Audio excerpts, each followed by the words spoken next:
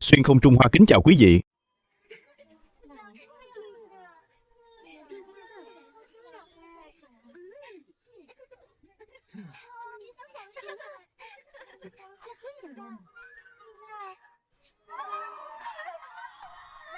Chẳng lành rồi.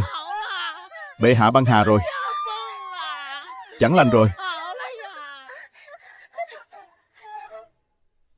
Nương nương, bệ hạ người sao thế?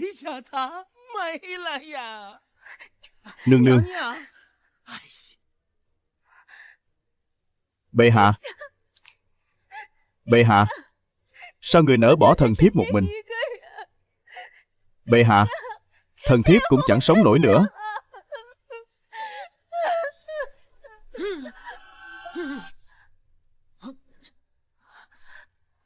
Bệ hạ, may quá, người vẫn chưa băng hà.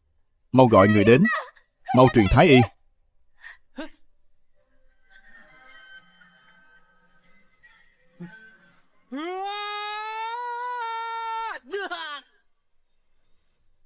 Chẳng phải ta đang trên đường đưa đồ thì gặp tai nạn xe cộ sao? Nơi đây là chốn nào?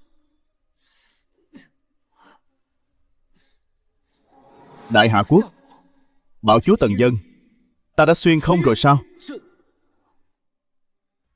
Tần Vân, tên bạo chúa trăm năm có một của Đại Hạ, vị tư lợi hưởng lạc, hắn dốc cạn quốc khố xây dựng hợp hoang cung, ngày đêm chìm đắm trong tửu sát, phóng đảng vô độ, bỏ bê triều chính. Cuối cùng sau 7 ngày 7 đêm không màng ăn ngủ mà kiệt sức, tự mình hao tổn thân thể, thật đáng nể.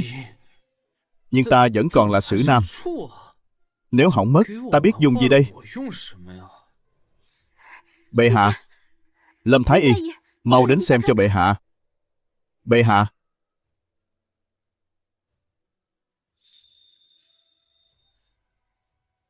Đây là ta, Phì, Tiêu Ngữ Yên của trẫm, quả là mỹ lệ hơn cả tiên nữ. Thân xác này hoang đường hôn ám. Sau khi bạo bệnh qua đời, nàng vẫn một lòng chân thành đối đãi. Bậc nữ tử này thật hiếm thấy trên đời. Chúc mừng bệ hạ, long thể của người đã không còn đáng ngại, chỉ cần tĩnh dưỡng thêm là sẽ bình phục. Đa tạ Lâm Thái Y.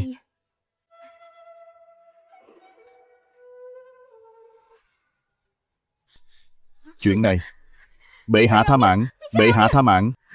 Kẻ nào đã làm việc này, dám đối xử với nữ nhân của trẫm như vậy, hẳn là chán sống rồi. Chuyện này, nàng cứ việc nói thẳng, dù là kẻ nào, trẫm cũng sẽ lột da rút gân hắn, nghiền xương thành tro. Là, bệ hạ, người. Trẫm. Trẫm. Bệ hạ quá chén rồi, nên không nhớ rõ. Đêm qua, thần thiếp hầu hạ bệ hạ xoa bóp. Bệ hạ chê thần thiếp xoa bóp không bằng Dương Quý Phi, liền dùng đai ngọc quất mạnh vào người thần thiếp, lại còn sát muối rắc lên vết thương của thiếp. Phạt thiếp giữa trời tuyết, quỳ suốt đêm.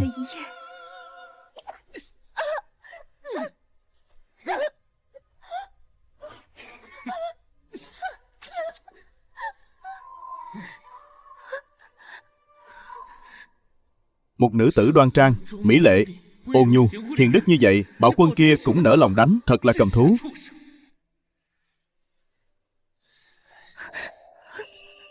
Ái Phi, trẫm hứa với nàng, sau này sẽ bù đắp cho nàng thật tốt, khiến nàng trở thành nữ nhân hạnh phúc nhất thiên hạ. Dưới một người, trên vạn người. Bệ hạ chỉ sủng ái Dương Quý Phi, nghe lời gièm pha, dung túng yêu phụ kia ức hiếp thiếp, làm sao có thể bỗng chốc trở nên tốt đẹp?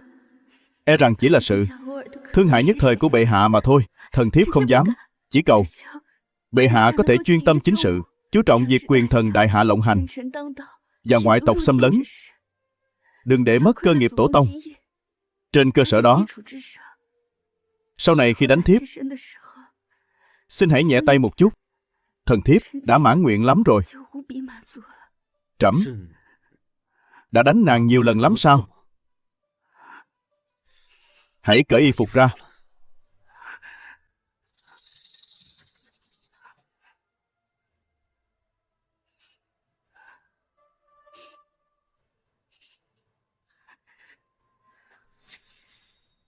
Tên hỗn đảng này thật là kẻ mất hết nhân tính. Bệ hạ bất giận, thần thiếp hiểu rõ. Những vết thương này khiến bệ hạ ghê tởm, nên người mới chẳng màng đoái hoài đến thiếp. Thần thiếp không cố ý làm bệ hạ kinh hãi. Thần thiếp xin cáo lui. Ái phi, trẫm xin thề, từ nay về sau trẫm sẽ không bao giờ đánh nàng nữa. Trẫm sẽ bù đắp cho nàng, yêu thương nàng hết mực, trân trọng nàng như chính bản thân trẫm, bảo vật quý giá nhất. Bệ hạ, kiếp trước ta dung mạo tầm thường, tiền tài không có, đến một hồng nhan tri kỷ cũng chưa từng có. Kiếp này gặp được một cô nương tốt đẹp như vậy, nguyên chủ không biết trân trọng, vậy để ta trân trọng nàng.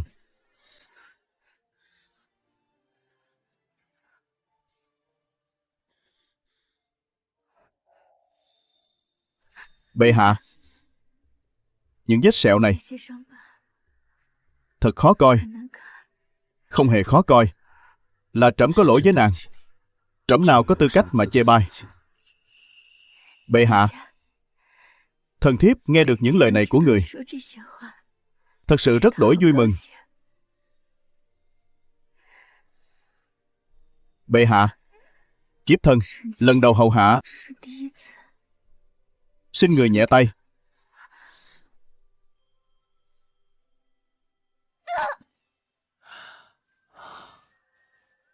Là Thục Phi nương nương lại làm phật ý bệ hạ, nên mới bị trách phạt. Chủ tử tốt bụng nhường ấy, cớ sao bệ hạ lại chẳng chút đói hoài.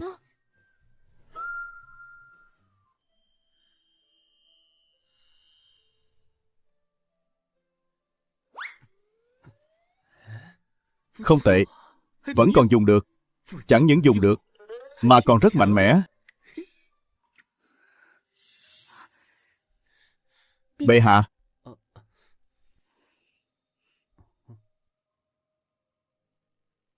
bệ hạ, đây là vết lạc hồng của thần thiếp, kính xin bệ hạ kiểm chứng. Từ nay về sau, Tường Nhi đã hoàn toàn thuộc về bệ hạ. Tường Nhi, trẫm xin thề, từ nay về sau trẫm tuyệt đối không phụ nàng.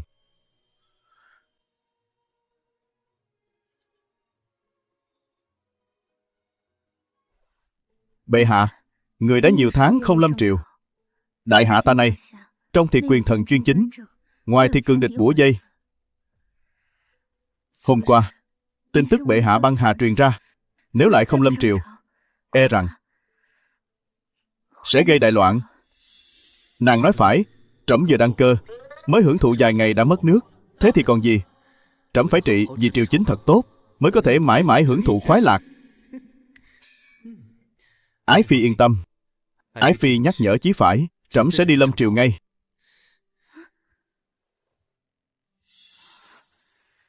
Ngày trước nói với người những lời này, bệ hạ ắt sẽ nổi giận lôi đình, khó tránh khỏi một trận đòn roi. Nay đã khác xưa. Ái phi hãy an tâm, lời ái phi nhắc nhở rất phải. Bệ hạ, người dường như đã thực sự đổi khác. Tham kiến bệ hạ.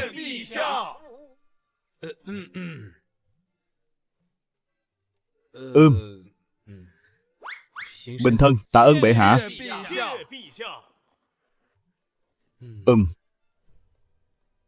Bệ hạ, quan trung đại hạn đã kéo dài mấy tháng nay, xác chết đói đầy đường, dân tình lầm than, bách tính đổi con mà ăn, tựa chốn luyện ngục trần gian.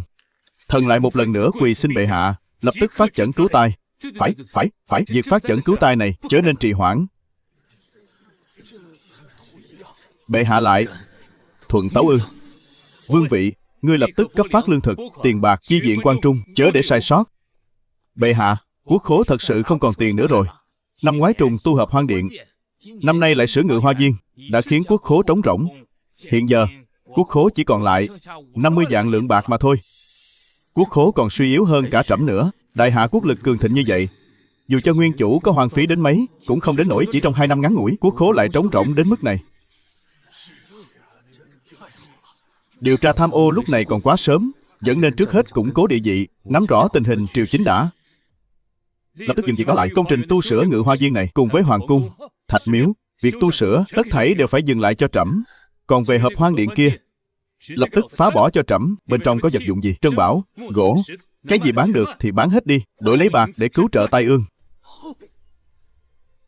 Bệ hạ thánh minh, bách tính được cứu rồi, đại hạ được cứu rồi.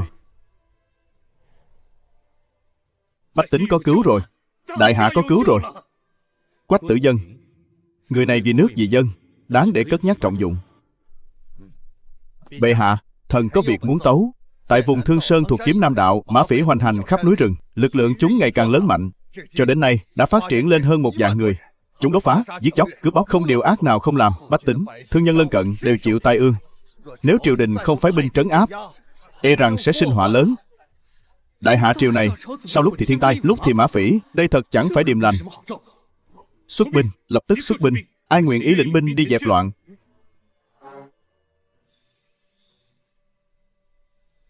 Thần nghĩ Dương Minh Dương tướng quân có thể đi.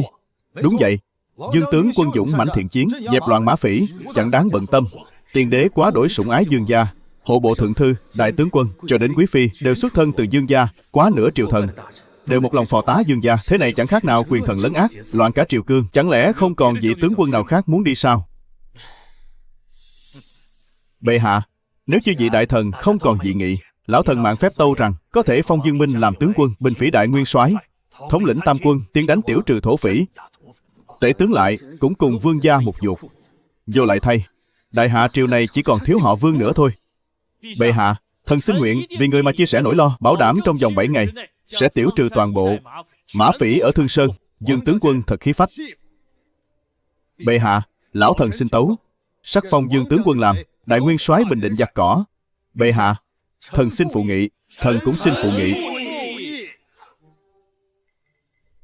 Tiêu Tiễn, đại tướng quân tả đại doanh đế đô, huynh trưởng của Tiêu Ngữ Yên, lòng trung son sắt, song bị thế lực họ Vương bài xích, dần bị gạt ra ngoài lề. Tiêu Tiễn, khanh có nắm chắc phần thắng, dẹp yên loạn lạc tại Thương Sơn, cơ hội lập công phô trương rõ rệt. Hoàng đế chẳng ban cho gian thần, lại muốn ban cho ta. Tên hôn quân này toan tính điều chi? Thần, bệ hạ, lão thần thấy việc này không ổn. Tả đại doanh vốn để hộ vệ kinh đô, sao có thể tùy tiện trao tay? Trẫm có hỏi đến ngươi sao? Trẫm đã lâu không lâm triều, có lẽ các ngươi đã quên mất đại hạ này rốt cuộc là ai làm chủ. Nếu còn nói thêm một lời, tin hay không, trẫm tru di cửu tộc nhà ngươi. Tiêu Tiễn, nghe lệnh, trẫm sắc phong ngươi làm bình phỉ đại nguyên soái, lập tức khởi hành đến Thương Sơn dẹp loạn, chớ để sai sót. Tuân chỉ. Quả nhiên uy danh bạo chúa vẫn là hữu hiệu nhất. Đối phó với lũ gian tà này, cần phải tàn độc hơn chúng mới được. Phụ thân, tuyệt đối không thể ngồi chờ chết. Cái ghế bình phỉ đại nguyên soái này, chúng ta đã dày công mưu tính bấy lâu, không thể để rơi vào tay Tiêu Tiễn được. Việc này có phần kỳ lạ. Chẳng lẽ con không thấy bệ hạ chỉ sau một đêm tự hồ đã biến thành một người khác hay sao? Liệu có phải do ả Tiêu Ngữ Yên chăng?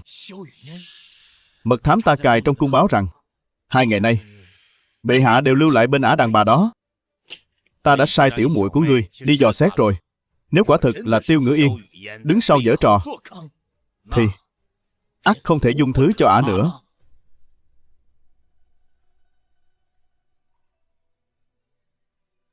Bệ hạ dường như đang phiền lòng chuyện gì chăng?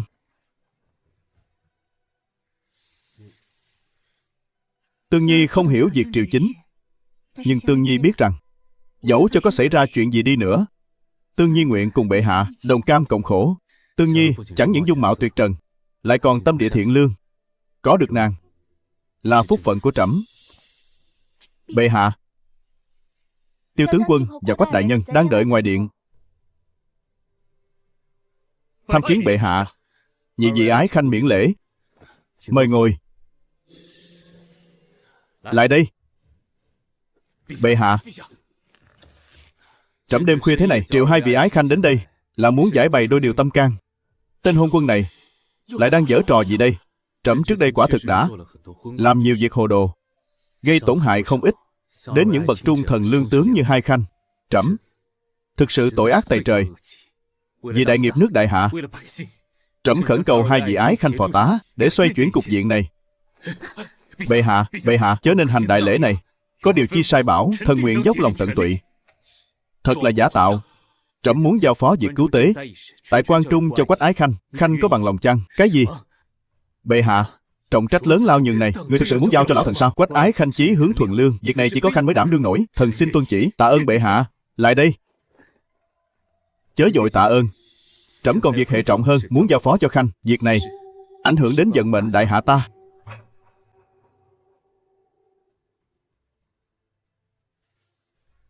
Trẫm muốn Khanh bí mật tra xét việc quốc khố trống rỗng. Bệ hạ, người thực sự đã quyết tâm rồi sao? Bách quan đại hạ tham ô hủ bại chẳng phải chuyện ngày một ngày hai. Trong gốc đại thụ che trời ấy, sâu mọt khắp chốn. Nếu quả thực muốn điều tra, e rằng sẽ liên lụy đến nhiều người. Trẫm có quyết tâm phá nồi dìm thuyền. Chẳng lẽ Ái Khanh không dám nhận mệnh này? Có gì mà không dám. Chỉ cần bệ hạ một lời, ta, Quách Tử Dân, sẽ một lòng tiến tới. Tương Nhi, thay trẫm soạn một đạo thánh chỉ, phong Quách Tử Dân làm giám sát ngự sử, quan hàm nhị phẩm, việc cứu tế thiên tai và quản lý tiền lương.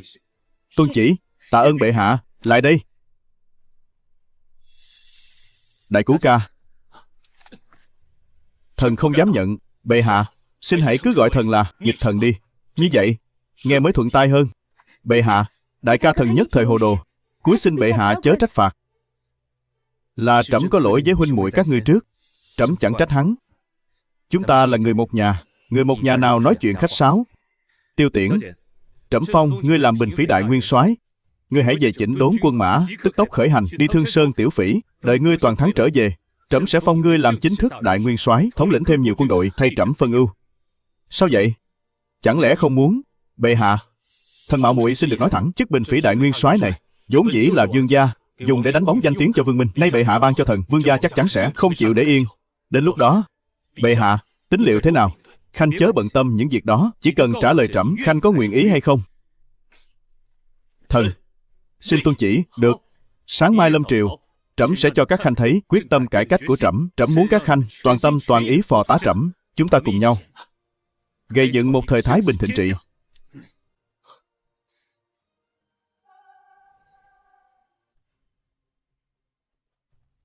Bệ hạ, Vương quý phi cầu kiến.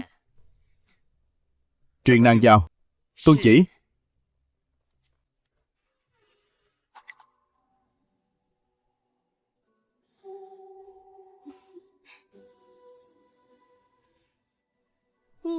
Đúng là một ả yêu tinh mê hoặc lòng người. Thảo nào nguyên chủ lại si mê đến nhường này. Chẳng tiếc hao tổn quốc lực vì nàng mà xây hợp hoang điện, khiến triều chính bỏ bê. Quý phi sao lại đến đây? Bệ hạ, thần thiếp đương nhiên là nhớ người rồi. Tiện thể, thần thiếp nghe nói phụ huynh trên triều đình đắc tội với bệ hạ. Thần thiếp đến để xin người thứ tội.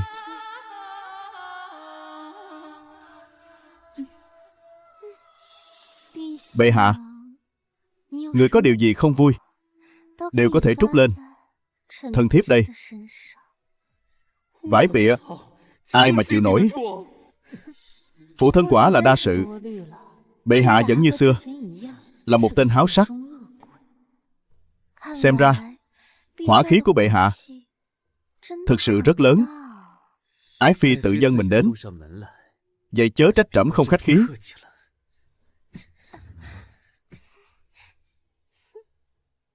Bệ hạ, người vội vàng chi vậy? Đêm nay tại Lăng Lung Điện, thần thiếp đã tắm gội thay y phục, cung nghênh bệ hạ.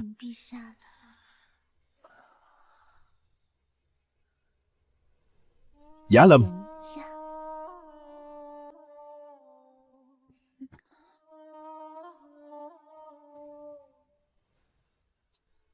người đàn bà này quả thực không đơn giản, phải hết sức cẩn trọng. Bệ hạ, Phong lão đã trở về. Phong lão, thủ lĩnh ảnh vệ, Phong Vạn Đạo.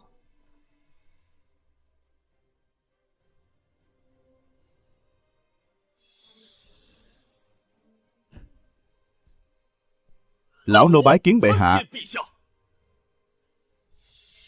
Bệ hạ, lão nô không nhục mệnh, cùng thuộc hạ ảnh vệ. Thần đã tìm được một viên Long Dương đan dâng lên bệ hạ, cùng một quyển bảo thư.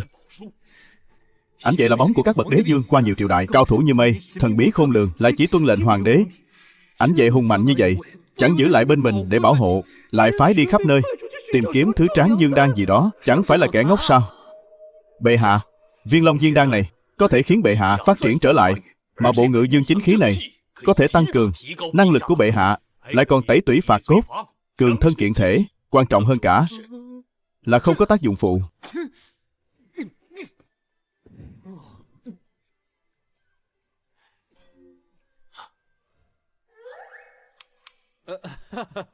Phong lão, cái gì mà không có tác dụng phụ, không tác dụng phụ ư? Trẫm chưa từng bận tâm. Trẫm chỉ muốn tẩy tủy phạt cốt, cường thân kiện thể. Mau nói xem, luyện thế nào?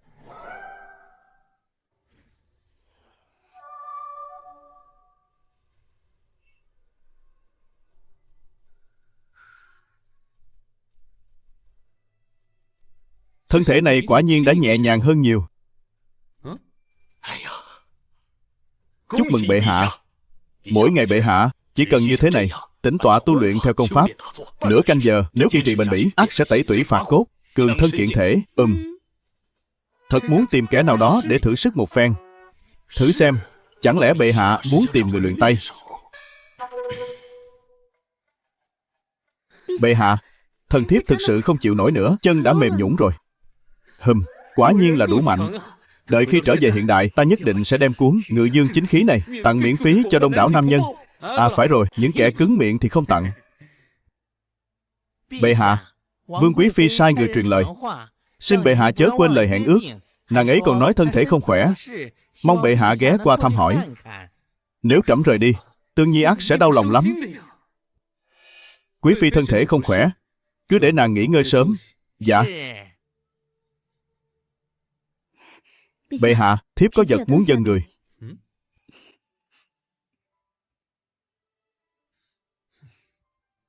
Bệ hạ, đây là một ít của hồi môn khi thiếp nhập cung, cùng một số vàng bạc châu báu người đã ban tặng, điền khế, châu báu, thần thiếp xin hiến dâng toàn bộ để bệ hạ cứu tế tai ương. Còn ngay ra đó làm gì? Mau cầm lấy đi, Tương Nhi. Nàng quả là người con gái tốt đẹp nhất trên đời này. Ngân phiếu và điền khế này trẫm xin nhận. Cứ xem như là công lao của nàng đối với dân chúng quan trung gặp nạn. Ngày sau trẫm nhất định sẽ đền đáp gấp bội. Nhưng mà châu báu trang sức này là vật nàng yêu quý, trẫm không thể nhận. Bệ hạ, trong lòng thần thiếp chỉ có duy nhất một mình bệ hạ. Nay bệ hạ gặp cơn hoạn nạn, thần thiếp sao có thể khoanh tay đứng nhìn. Nàng hãy an tâm, chuyện ngân khố ngày mai sẽ được giải quyết. Kẻ nào dám nuốt bạc của trẫm, trẫm sẽ bắt kẻ đó phải nhả ra cả vốn lẫn lãi.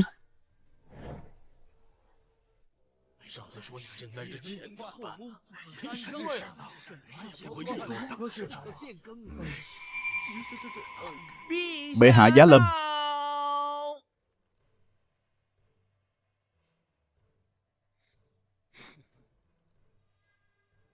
Các vị ái khanh, có việc chi hãy tấu trình. Bệ hạ, thần có việc muốn tấu. Thần khẩn cầu bệ hạ trừng trị nghiêm minh việc Tiêu Ngữ Yên can dự triều chính. Láo xược, lũ các ngươi ăn nói hàm hồ điều chi, dám cả gan vu khống muội muội ta. Có tin ta lấy mạng các ngươi không? Tiêu Tiễn thật to gan, dám gào thét nơi kim điện trước mặt bệ hạ. Ngươi còn coi bệ hạ ra gì nữa không? Ngươi, xin bệ hạ trục xuất Tiêu Tiễn để tỏ rõ uy nghiêm. Thần xin phụ họa. Tất cả im miệng cho trẫm. Ngươi nói xem, Thục Phi can dự triều chính trong hậu cung. Không sai. Tốt. Lưu Tử Nghị, ngươi hãy nói rõ xem Thục Phi đã loạn chính thế nào. Nếu quả thực loạn chính, ngươi tố cáo có công, trẫm sẽ trọng thưởng cho ngươi. Nếu vu khống, trẫm sẽ tru di cửu tộc nhà ngươi. Bệ hạ, thần dám đứng ra đây, tự nhiên sẽ chẳng vu khống. Hôm qua, thánh chỉ người sắc phong Quách Tử Dân và Tiêu Tiễn đo Tiêu Ngữ Yên chấp bút. Việc này có 3 điều bất ổn. Thứ nhất, Tiêu Tiễn và Thục Phi là huynh muội ruột thịt. Việc chấp bút thánh chỉ như vậy e rằng có hiềm nghi tư vị người thân. Thứ hai, luật lệ quy định phi tần hậu cung không được can dự chính sự. Tiêu Ngữ Yên tự ý chấp bút thánh chỉ.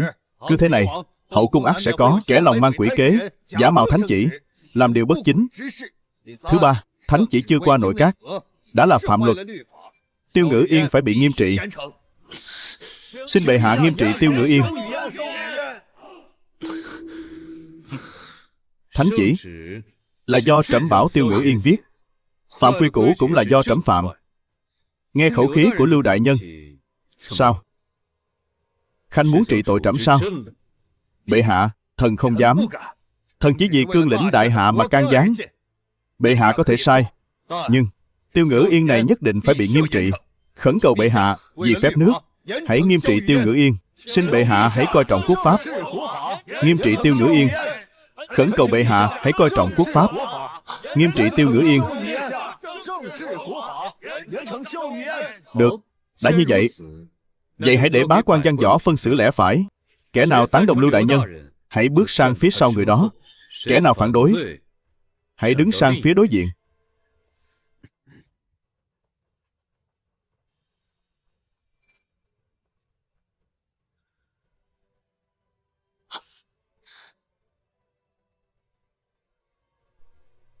Hừ, bệ hạ, bá quan văn võ hơn phân nửa đều đứng về phía ta.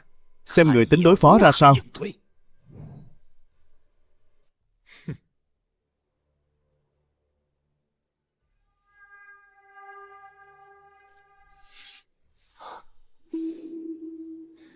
Trẫm biết các ngươi muốn làm gì. Các ngươi muốn mượn cớ Tiêu Ngữ Yên để ép trẫm thu hồi sắc phong cho Tiêu Tiễn. Thậm chí ép trẫm thoái vị. Thần không dám. Trẫm thấy ngươi dám lắm. Lưu Ái Khanh, trẫm hỏi ngươi, ngươi làm sao biết được thánh chỉ do Tiêu Ngữ Yên chấp bút? Ta không hay rồi. Ta Ngươi có phải muốn nói ngươi đã so sánh nét chữ? À, đúng vậy, là nét chữ. Thần đã đối chiếu nét chữ. Thật là lời lẽ sằng bậy. Thánh chỉ là do trẫm ban cho Tiêu Tiễn. Ngươi thấy từ đâu? Dù cho ngươi có thấy, việc lén lút xem thánh chỉ, tiết lộ cơ mật cũng là tội tru di cửu tộc. Cái này, ngươi có phải muốn nói ngươi nghe người khác nói? Bệ hạ thánh minh. Thần là nghe người khác nói. Vậy ngươi nghe ai nói? Thần không phải nghe từ kẻ khác. Vậy sao ngươi lại biết được? Chẳng lẽ ngươi dám cài cắm tai mắt bên cạnh trẫm? Thần không dám. Quách Tử Dân, thần có mặt chiếu theo đại hạ luật, tội này xử trí ra sao? Tội làm gian tế, tru di cửu tộc. Lưu Ái Khanh, ngươi hãy nói xem, nếu ngươi khai ra kẻ chủ mưu, trẫm có thể tha tội chết cho ngươi. Bẩm hoàng thượng, không ai xúi dục, là thần hồ đồ, thần mới dám vu khống. Cầu bệ hạ tha tội cho thần.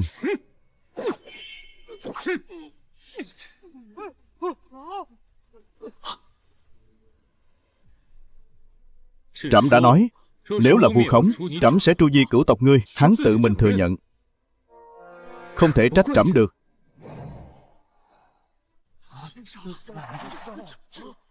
Người đâu?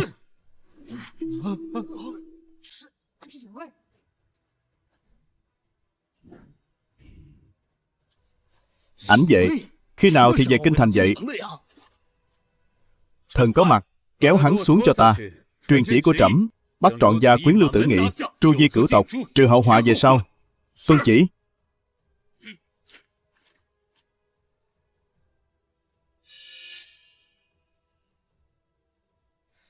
Còn các ngươi thì sao? Các ngươi còn lời nào để biện bạch? Chẳng phải các ngươi cũng từng ủng hộ Lưu Tử Nghị đó sao? Bệ hạ tha mạng. Bệ hạ, thần bị tên tiểu nhân Lưu Tử Nghị dùng lời lẽ mê hoặc. Thần cũng là vì bệ hạ, vì Giang Sơn xã tắc, cúi xin bệ hạ khai ân. Chúng thần không dám nữa.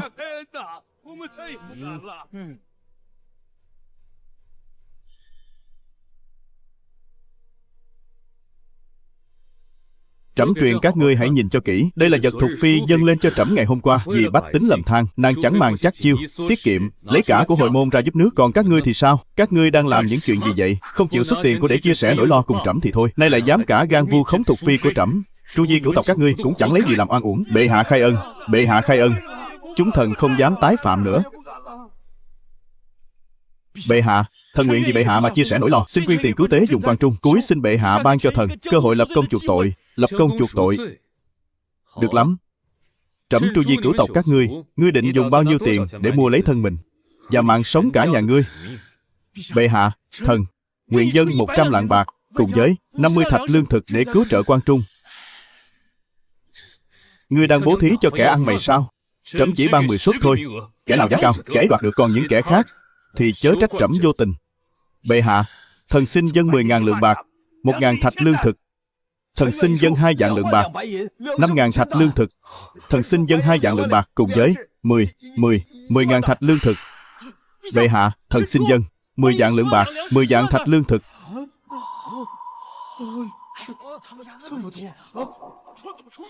Trẫm trong quốc khố vỏn vẹn chỉ còn 50 vạn lượng. Đám người này hở ra là tới vạn lượng. Xem ra trẫm vẫn còn đánh giá thấp cái tài dơ vét của chúng. Bệ hạ, thần có được sống không? Ngươi nói là tiền của riêng ngươi, hay là của cả cửu tộc nhà ngươi? Trẫm đang nói mỗi một mạng 10 vạn lượng. Cái gì? Mỗi mạng 10 vạn lượng? Trẫm định tội tru di cửu tộc. Muốn chuộc mạng thì phải tính từng người một.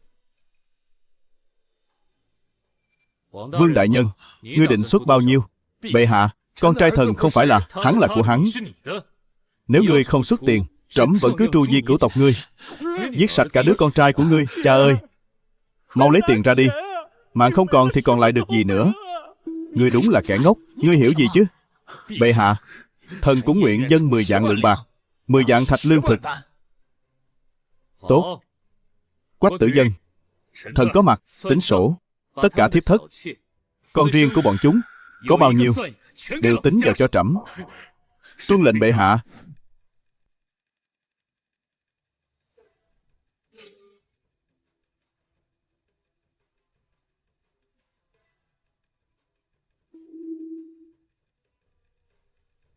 Bệ hạ, tổng cộng 5 triệu lượng bạc, 3 triệu thạch lương thực.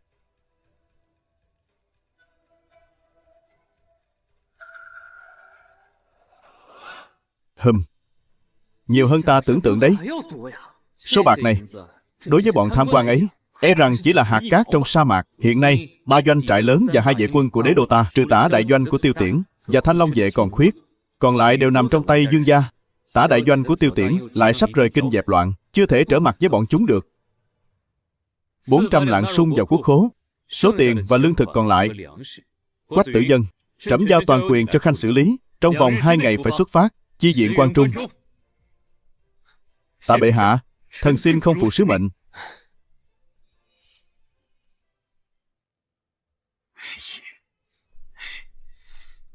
Bệ hạ lại dùng kế phản tướng nhất quân, lại còn giết Lưu Tử Nghị ngay tại triều. Bệ hạ đã không còn là bệ hạ của ngày xưa nữa rồi.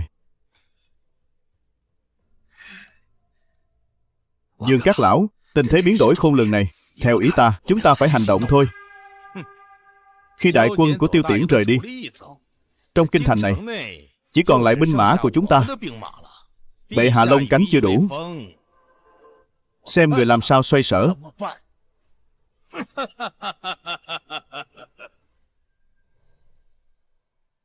Bệ hạ, bệ hạ, người đã lừa thần thiếp. Đêm qua người đã hứa sẽ đến Linh Lung điện của thiếp, nhưng thiếp đã đợi người suốt một đêm mà người vẫn không quay về, khiến thần thiếp suốt đêm phải dò dõ phòng không. Bệ hạ, thiếp nghe nói vì chuyện ngân khố cứu tế mà người đã tranh cãi cùng phụ thân và huynh trưởng.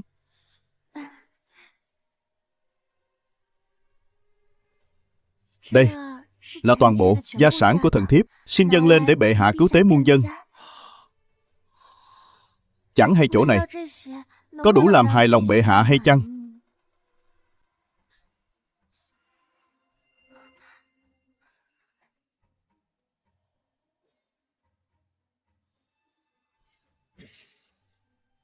Bệ hạ, nơi này vẫn còn có người nhìn đó. Bệ hạ, đêm nay xin bệ hạ đến Lăng Lung điện, thần thiếp nhất định sẽ khiến người thỏa mãn. Bệ hạ, thần thiếp xin cáo lui.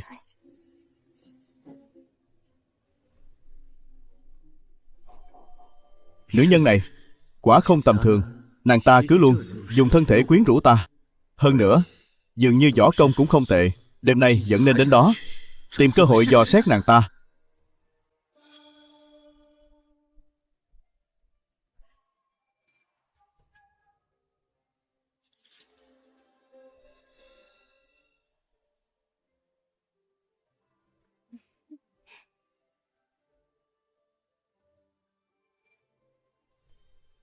Bệ hạ, người cuối cùng cũng đã đến.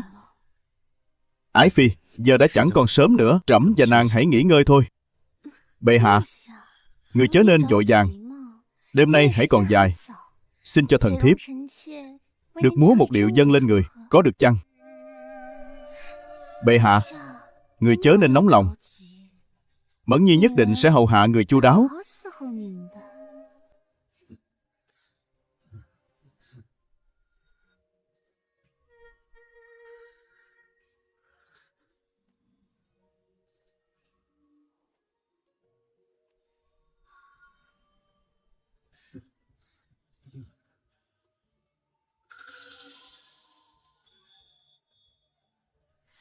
Vừa rồi thử dò xét, nàng ta quả nhiên có võ nghệ.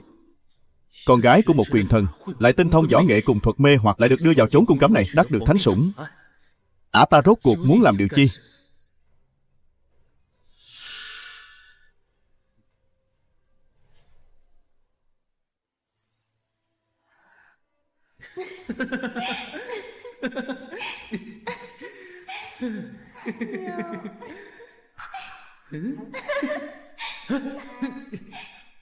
Thục Phi nương nương, tiết trời hôm nay quá đổi giá lạnh, người hãy hồi cung nghỉ ngơi đi ạ. E rằng bệ hạ hôm nay sẽ không tới đây nữa.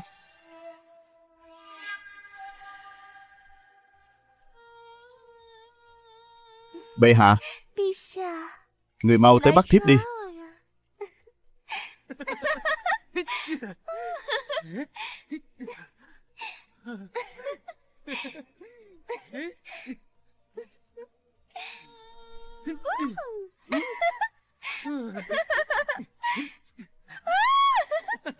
Ái Phi, trẫm đã bắt được nàng rồi, xem trẫm sẽ trừng phạt nàng thế nào đây. Bệ hạ, thần thiếp xin tùy ý người định đoạt. Nhưng giờ đây, thiếp xin phép đi thay phượng bào mà người yêu thích nhất. Bệ hạ,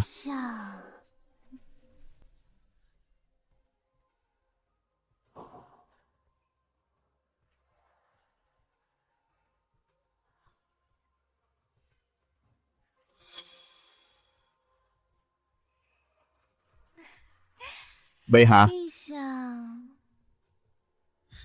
vì sao ta lại đột nhiên mất đi lý trí? Chẳng lẽ bị hạ thuốc? Là từ khi nào? Bệ hạ,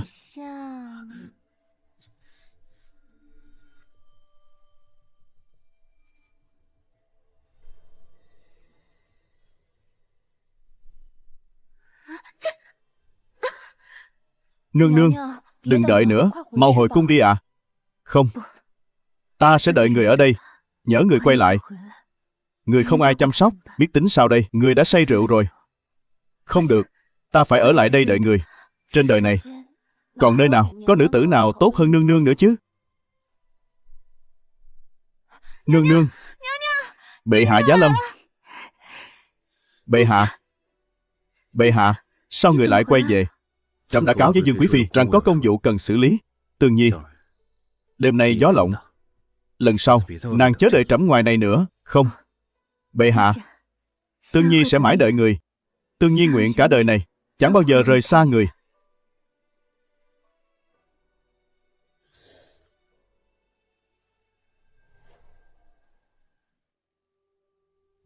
Vương gia quả nhiên kẻ nào cũng đều là hạng cáo và khó đối phó. 3 doanh, 2 vệ tại đế đô, tổng cộng 14 vạn quân, trừ tả đại doanh của Tiêu Tiễn cùng Thanh Long vệ, số còn lại đa phần đều bị vương gia thao túng.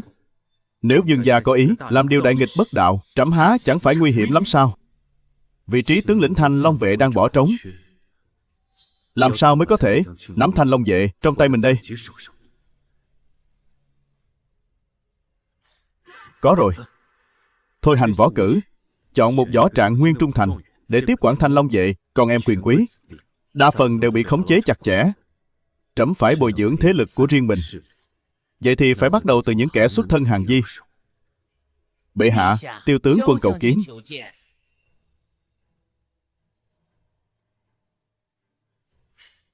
Bệ hạ, lần này thần đến là để cáo biệt người. Thần sắp dẫn binh xuất chinh. Chỉ mong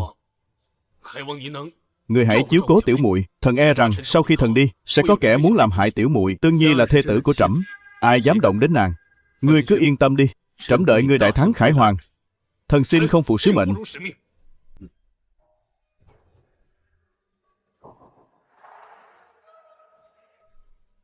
Đêm nay, giờ sửu, dưỡng tâm điện, trảm thủ Tiêu Thục Phi. Tuân lệnh.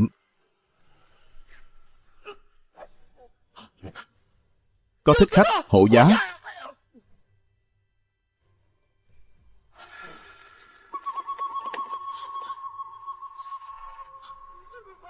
Hộ giá.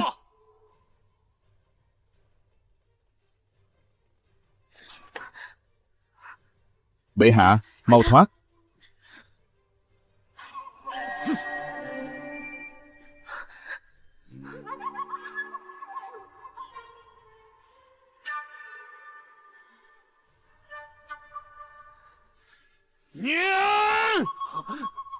Bệ hạ, cẩn thận.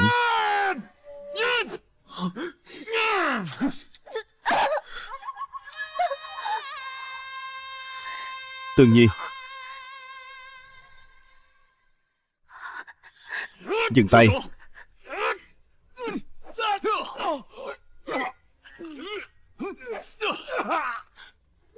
Hộ giá. Bảo vệ bệ hạ. Tương Nhi. Bệ hạ, chớ ra ngoài. Bên ngoài hiểm nguy khôn lường. Trẫm sẽ đưa nàng đi tìm ngự y. Tất cả cút hết cho trẫm. Bệ hạ, thiếp cầu xin người, đừng ra ngoài. Tương Nhi, nàng hãy cố gắng lên. Tương Nhi có lời muốn nói cùng người. Thiếp sợ rằng nếu giờ không nói thì chẳng còn cơ hội nữa. Bệ hạ, Tương Nhi chết vì người, không oán không hối. Tương Nhi cam tâm tình nguyện. Thần thiếp thật lấy làm mãn nguyện. Từ ngày nhập cung đến nay, cuối cùng cũng có thể vì người, vì đại hạ mà làm được chút việc. Chỉ tiếc một điều là chẳng thể vì người mà nối dõi hoàng mạch.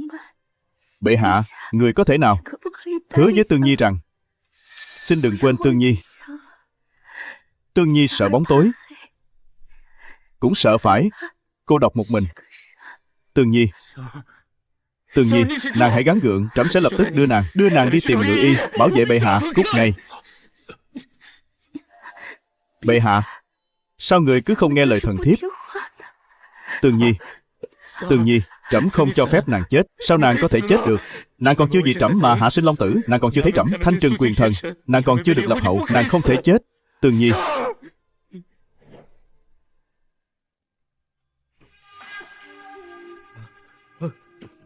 Khăn tay. Thuốc.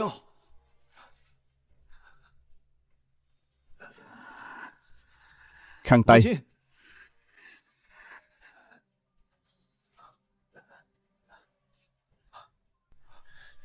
Bệ hạ, thương thế của Thục Phi đã tạm thời ổn định, nhưng phải qua được đêm nay mới mong thoát khỏi hiểm cảnh. Các ngươi hãy ở lại đây canh giữ. Nếu Thục Phi bình an vô sự, trẫm nhất định trọng thưởng. Tuân chỉ, nếu Thục Phi có mệnh hệ gì, các ngươi hãy tự dâng đầu tới gặp trẫm. Còn nữa, nếu tin tức Thục Phi chưa chết bị lộ ra, trẫm sẽ tru di cửu tộc các ngươi. Dạ. Bên ngoài thế nào rồi? 3 đợt thích khách, tổng cộng 37 người đều đã chết. Không còn ai sống sót. Trong răng mỗi người đều có độc dược, là tử sĩ. Ngươi tên là gì? Bẩm bệ hạ, tiểu nhân thuộc Hoàng Thành Cấm Quân, hạ đẳng lực sĩ Đào Dương. Ngươi hộ giá có công, trẫm phong ngươi làm tứ phẩm ngự tiền thị vệ. Từ nay về sau, ngươi hãy theo bên trẫm, phụ trách an nguy của trẫm. Vâng. Đa tạ bệ hạ. Đa tạ bệ hạ. Bệ hạ, Lan Trung lệnh Thường Hồng đã dẫn người phong tỏa cửa thành, không cho bất kỳ ai ra vào. À phải rồi, Kim Ngô vệ Dương Minh cũng đã dẫn người đến hộ giá. Hay lắm. Khi thích khách đã chết hết, Dương Minh hắn mới đến hộ giá. Cả Thường Hồng này nữa, quả là làm việc rất tốt. Hơn 30 tên thích khách vẫn có thể trà trộn vào tẩm cung của trẫm. Hắn thật sự quá tài giỏi rồi. Bệ hạ, di thần đáng chết vạn lần, kính xin bệ hạ ban cho thần một cái chết. Hỗn xược, 30 thích khách, ngươi đã để chúng lọt vào bằng cách nào? Chết. Cái chết của ngươi có thể vãn hồi được gì? Người đâu? Có mặt, kéo Thường Hồng xuống cho trẫm, đánh 100 trượng, tống vào tử lao, chờ lệnh xử trí. Bệ hạ. Bệ hạ. Bệ hạ tuy tỏ vẻ thịnh nộ, nhưng vẫn giữ được lý trí, không giết Thường Hồng. Bệ hạ, thần hộ giá chậm trễ, may thay bệ hạ không hề hấn gì. Nếu chẳng may, thần muôn chết cũng khó lòng tạ tội. dám hỏi bệ hạ, Thục Phi nương nương có gặp nguy hiểm chăng? Sao thế? Vương tướng quân, ngươi mong Thục Phi chết đến thế sao? Không phải. Bệ hạ, thần không dám. Cút.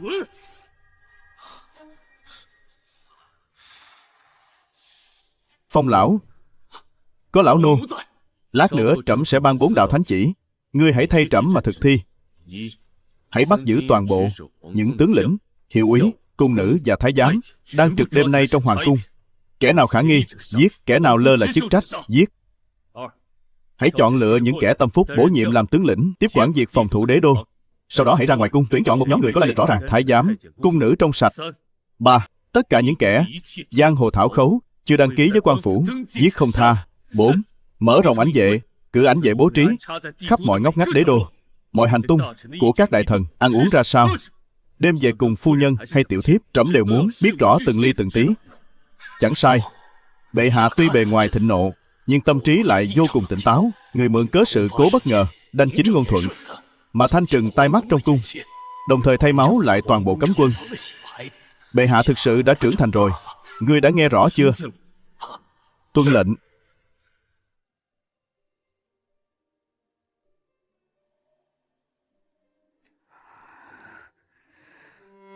Bệ hạ. Tường Nhi, nàng thế nào rồi?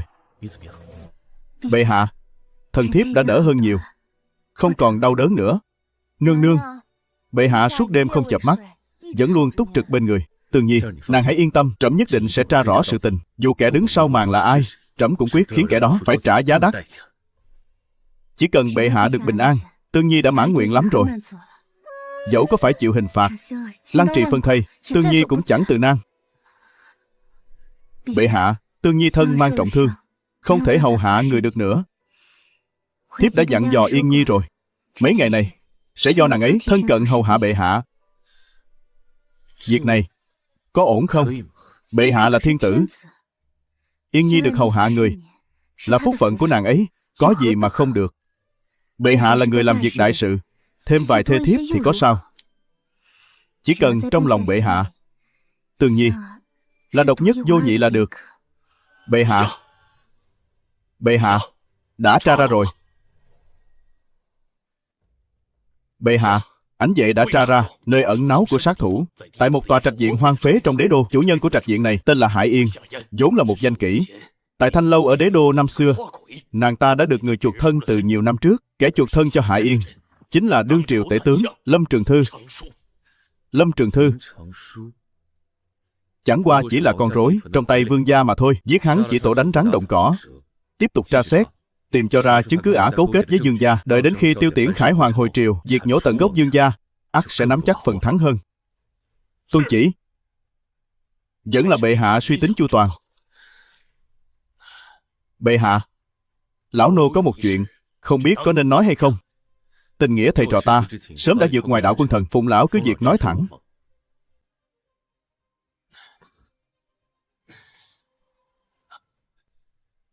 Lại đây. Đa tạ bệ hạ. Bệ hạ, người còn nhớ chăng vị tể tướng tiền nhiệm Bùi Nhân? Bùi Nhân, lão nô vì sự an nguy của bệ hạ, xin mạn phép được nói thẳng. Cúi xin bệ hạ hãy kiên tâm nghe lão nô phân trần. Sau khi nghe xong, nếu người muốn lấy mạng lão nô cũng chưa muộn. Lão nô tuyệt đối không dám hai lời. Phong lão cứ nói, trẫm tuyệt đối không trách tội. Vài năm trước, bệ hạ bắt đầu sủng ái Dương quý phi, vương gia dần dần thế lớn, ngang nhiên kết bè kết phái trong triều, bồi dưỡng tâm phúc. Môn sinh của Dương gia đã rải khắp các nơi trong đại hạ. Khi ấy trong triều đình, người có thể đối đầu với Dương gia chỉ có tể tướng Bùi Nhân. Cho đến năm đó, ngày lễ mừng thọ của bệ hạ trong yến tiệc tại Dị Ương cung, bách quan tề tụ, Bùi Nhân cùng phu nhân Bùi thị cũng đến dự. Ngài thấy phu nhân Bùi thị dung nhan tuyệt thế, liền: Phong lão, ngươi không dám nói ư? Vậy trẫm sẽ nói. Trẫm thấy Bùi thị dung mạo hơn người, liền muốn được quẹt thẻ, bắt Bùi thị cưỡng đoạt một đêm. Bùi Nhân hay tin, liền tại Kim Loan điện mắng giết trẫm. Trẫm nổi giận lôi đình, ban cho hắn tội ngũ mã phanh thây. Sau đó Trẫm để che giấu chuyện xấu này, ban cho Bùi thị chức tiệp dư, giam vào lãnh cung. Cả phủ tể tướng đều bị lưu đày. Kẻ nào dám gây rối, nhắc đến đều bị chém đầu ngay lập tức. Nguyên chủ này thực sự là tự hủy hoại cơ nghiệp, không làm việc gì ra hồn. Lão nô không cố ý nhắc lại chuyện cũ, xin bệ hạ thứ tội. Phong lão xin đứng dậy. Nếu trẫm đã quyết tâm thay đổi, chẳng nên trốn tránh lỗi lầm xưa. Lão nô thiển nghĩ, cái chết của Bùi Nhân năm ấy e rằng chính là mấu chốt để điều tra Dương thị. Chuyện năm xưa há chẳng đơn giản. Thuở ấy, Bùi Nhân cùng Dương Dị như nước với lửa. Bùi Nhân một lòng muốn lật đổ Dương thị, dường như đã ngầm nắm giữ được những chứng cứ bất lợi cho Dương vị. Chính vì lẽ đó mới xảy ra chuyện kia. Người nói là chuyện đêm đó trẫm cưỡng đoạt Bùi thị có liên quan đến Dương Dị. Lão nô đã điều tra, quá đổi trùng hợp. Đúng lúc bệ hạ say rượu, lại tình cờ gặp Bùi Nhân ở thiên điện. Chuyện ngày hôm sau đã truyền đến tai Bùi Nhân, không kịp che giấu chút nào, cuối cùng dẫn đến sự việc không thể vãn hồi. Sau khi Bùi Nhân chết, những chứng cứ lật đổ vương triều mà ngươi nắm giữ, Bùi Tiệp Dư hẳn là biết. Nhưng ngươi đã đoạt mạng phu quân nàng, khiến nàng tan cửa nát nhà. Lão nô thiết nghĩ, chuông ai buộc thì người ấy gỡ. Nếu đã là lỗi lầm do trẫm gây ra, thì trẫm phải đích thân nhận lỗi.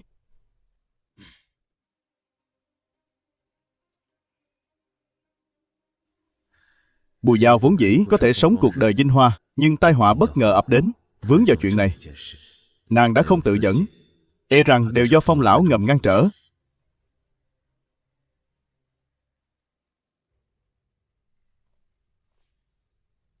Bái kiến hoàng thượng. Bùi Tiệp Dư đâu? Tiệp Dư đang giặt y phục bên trong. Hỗn xược, việc thô thiển giặt y phục sao có thể để Tiệp Dư làm?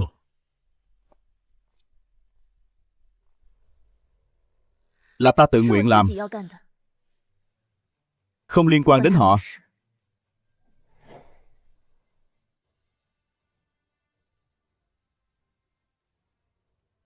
Thần thiếp bái kiến bệ hạ. Đứng dậy đi. Trẫm có mang chút lễ vật tặng nàng. Ngoài ra, hãy cùng trẫm rời đi. Lãnh cung quá đổi âm u, chẳng hợp cho một nữ nhân như nàng trú ngụ. Bệ hạ, thiếp thân mọi sự đều an ổn, chẳng cần đến những châu báu này đâu. Bệ hạ, xin hãy đem đi cứu tế dân chúng. Nàng còn biết đến việc cứu tế ư?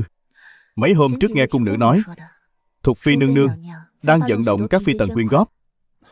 Triều đình chẳng thiếu chút tiền này, nàng cứ giữ lấy mà dùng đi. Bệ hạ, đêm nay người sẽ ngự lại đây ư?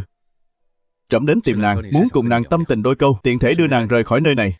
Tại Thu Diệp Điện, trẫm đã sai người thu xếp ổn thỏa cả rồi. Đa tạ bệ hạ. Nữ nhân này bình thản đến mức lạ thường. Nàng đối với ta lẽ ra phải hận thấu xương tủy mới phải.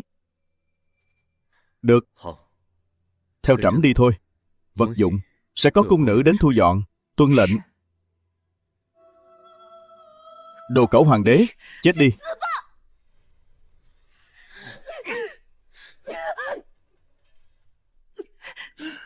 Dừng tay. Tất cả lui xuống cho trẫm. Bệ hạ, ả ta. Đông đảo người như vậy, ả không làm hại được trẫm đâu. Tuân chỉ. Ngươi tưởng rằng bày ra bộ dạng giả nhân giả nghĩa này là ta sẽ cảm kích ân huệ của ngươi sao? Cẩu hoàng đế, ngươi sẽ chẳng có kết cục tốt đẹp đâu. Ngươi đáng lẽ phải bị trời tru đất diệt từ lâu rồi. Trẫm tìm đến ngươi là để tạ lỗi cùng ngươi. Hôn quân cẩu tặc, lời tạ tội của ngươi có ích chăng? Hơn 70 mạng người nhà họ Bùi, lời tạ tội của ngươi có thể khiến họ sống lại được chăng? Phu quân ta một lòng vì nước, vì quân dương, vậy mà ngươi lại đối đãi với bậc trung thần như thế. Kẻ tán tận lương tâm, hôn quân cẩu tặc như ngươi không xứng đáng được sống trên đời này. Bùi Tiệp Dư, xin hãy giữ lấy tôn nghiêm của bản thân. Nàng nay đã là hoàng phi của đại hạ, là Tiệp Dư của bệ hạ.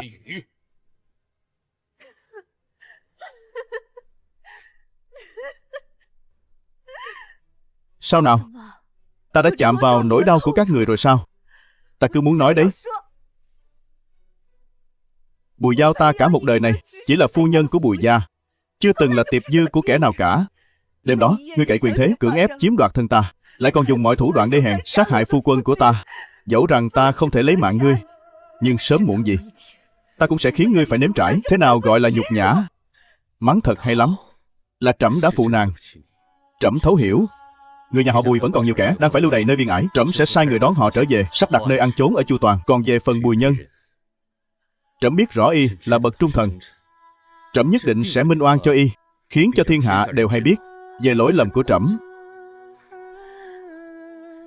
Chuyện năm xưa nàng chẳng thấy có điều chi khuất tất sao? Trẫm chỉ muốn biết năm xưa Bùi Nhân rốt cuộc đã nắm giữ thóp gì của Dương Dị. Chỉ cần ngươi giao ra được, trẫm tất có thể nhổ tận gốc Dương gia thay Bùi Nhân. Đủ rồi. Hôn quân vô đạo. Năm xưa phu quân ta một lòng vì ngươi, muốn thay ngươi trừ khử bọn quyền thần Dương gia. Thế nhưng ngươi thì sao? Khi ấy ngươi đã ở nơi nào? Này Dương gia thế lớn, đe dọa đến hoàng quyền, ngươi liền tìm đến ta cầu giúp đỡ. Dẫu cho Dương Dị cũng tham dự vào việc này, nhưng kẻ hạ lệnh giết phu quân ta, hủy hoại thanh danh ta, chẳng phải là ngươi sao? Muốn có chứng cứ ư? Đợi đến khi ngươi bị kẻ khác mưu phản soán ngôi, ta sẽ trao cho ngươi. Bệ hạ, lão nô có cách khiến nàng mở lời. Xin bệ hạ hãy rời đi trước. Nếu đã là nghiệt duyên do trẫm gây ra, thì trẫm nên tận lực bù đắp, mới có thể hóa giải mối nhân quả này. Nếu Khanh đã chẳng muốn giúp trẫm, trẫm cũng không cưỡng cầu. Người của phủ tể tướng cũ, trẫm sẽ đích thân an bài thỏa đáng. Còn về chốn hoàng cung này, nếu Khanh muốn ở lại thì cứ ở lại, còn nếu muốn rời đi, trẫm sẽ mật phái người đưa Khanh đi. Chỉ là những lời hôm nay ta và Khanh đàm đạo, Khanh phải giữ kín, đi hay ở, tự Khanh hãy quyết định lấy. Gia đình ta đã không còn, bồi thường như vậy có ích chi? Ta nay đã là kẻ cô độc, dẫu có gặp cố nhân của cố tể tướng, ta còn mặt mũi nào mà tương kiến? Với thân phận tiệp dư, hay là thân phận phu nhân cố tể tướng, thà chết đi cho nhẹ nhõm.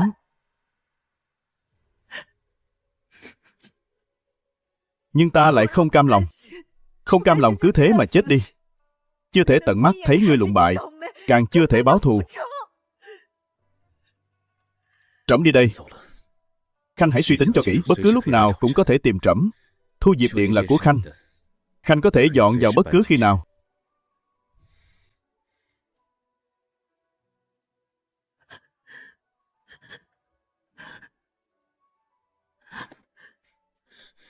Bùi công, xin hãy tha thứ cho sự nhục nhã này của thiếp. Thiếp nào còn xứng gọi chàng là phu quân. Toàn thể người nhà họ Bùi, thiếp nhất định sẽ báo thù cho mọi người. Nhưng xin hãy thứ lỗi cho thủ đoạn của thiếp. Dẫu phải hầu hạ hôn quân, nhưng tâm thiếp đã chết lặng. Đợi khi đại thù được báo, yếp sẽ tự kết liễu thân tàn này. Bái kiến bệ hạ.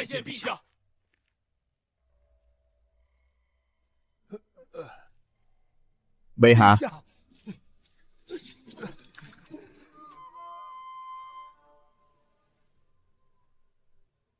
Bệ hạ, đa tạ bệ hạ không giết tri ân.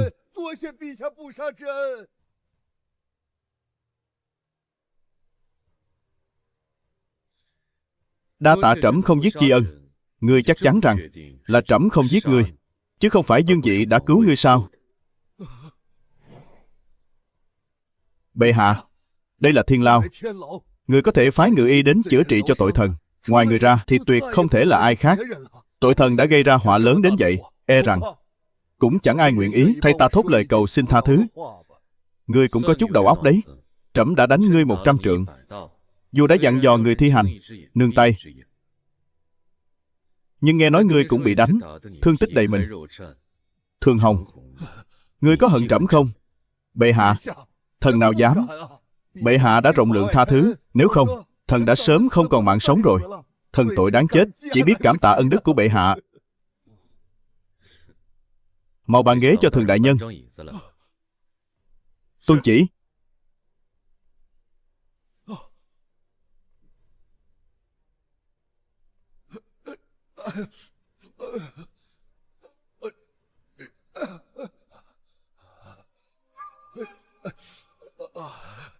Ngươi có biết nơi triều đình kia có bao nhiêu kẻ đang cầu trẫm ban chết cho ngươi không?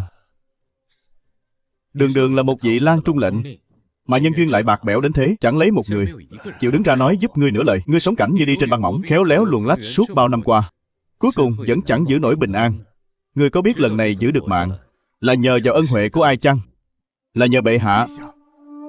Trẫm hỏi ngươi, thiên hạ này là thiên hạ của ai? Thiên hạ này tất nhiên là thiên hạ của bệ hạ. Vậy đạo lý thiên hạ quy nhất, ngươi có hiểu chăng? Trẫm đang hỏi ngươi đó. Bệ hạ, đạo lý này thần hiểu rõ. Sau đại nạn lần này, thần đã tỉnh ngộ. Từ nay về sau, thần xin thề chết trung thành với bệ hạ, thay bệ hạ mà thanh trừng kẻ lòng dạ bất chính, hòng thống nhất thiên hạ.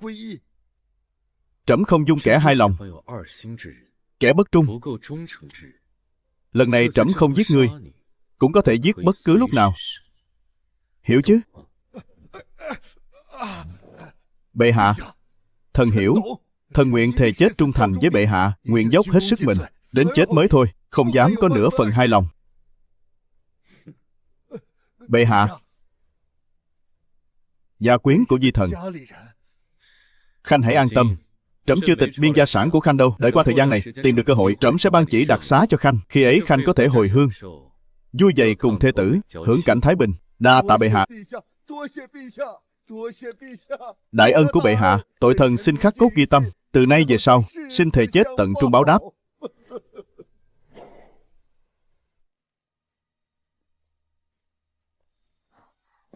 Bệ hạ, đêm hôm khuya khoắt thế này, ngươi tìm trẫm có việc chi? Tiểu chủ có lời căn dặn Yên Nhi, để Yên Nhi hầu hạ bệ hạ an giấc.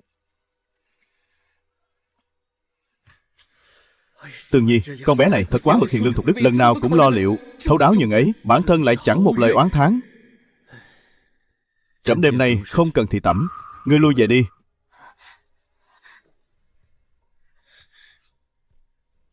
Cúi xin bệ hạ đừng đuổi Yên Nhi đi. Tiểu chủ đã dặn rằng nếu hôm nay bệ hạ có điều chi không hài lòng thì Yên Nhi sẽ không còn được gặp lại tiểu chủ nữa. Tất cả lui xuống đi.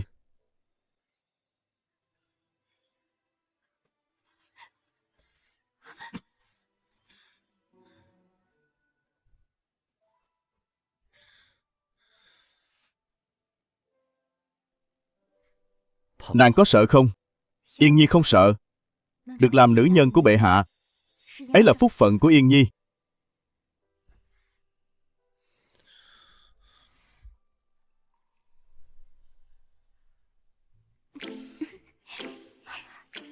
Bệ hạ, trẫm đã dặn nàng bao nhiêu lần rồi, vết thương chưa lành không được hành lễ. Quên rồi sao? Bệ hạ, thiếp thân nhất thời quên mất, cúi xin bệ hạ thứ tội. Vừa rồi các ngươi đang nói chuyện gì vậy? Sao mà vui vẻ đến thế? Yên Nhi nói rằng đêm qua long thể của bệ hạ thật là uy mãnh vô cùng. Nương nương, người đang nói điều chi vậy? Làm bậc quân dương quả là khoái lạc thay. Đến cả chuyện vụng trộm cũng do chính tay hiền thê sắp đặt. Bệ hạ, Bùi Tiệp Dư muốn diện kiến người. Nàng ta nói có việc hệ trọng cần bẩm báo. Bùi Giao sao?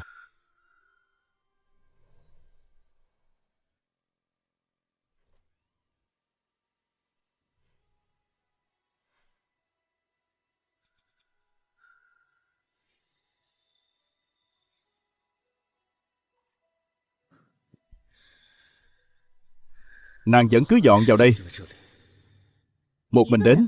Chẳng sợ ta ám sát ngươi sao? Trẫm dám đến, tự nhiên chẳng sợ. Có ảnh vệ âm thầm bảo hộ trẫm. Trẫm sợ gì? Nói đi, tìm trẫm đến, muốn nói gì? Thiếp muốn người phong thiếp làm quý phi, lại muốn người thiện đãi những người còn lại của phủ tể tướng cũ. Điều này khó hiểu lắm sao? Quả thật rất khó hiểu. Chỉ có một lý giải là ngươi muốn tiếp cận trẫm, để thừa cơ hành thích trẫm. Ngươi hủy hoại thanh danh thiếp, khiến thiếp không nhà để về, lại ban cho thiếp hậu cung, thân phận Tiệp Dư. Ngươi nghĩ thiếp còn đường lui sao?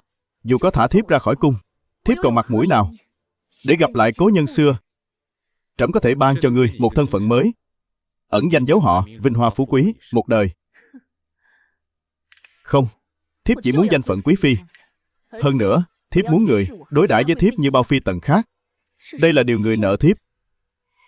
Nàng là một nữ tử có tâm cơ thâm trầm. Trẫm thật phải nhìn nàng bằng con mắt khác, nhưng dù gì bất cứ lý do gì, trẫm không thể giữ một kẻ luôn chực chờ lấy mạng mình ở bên cạnh.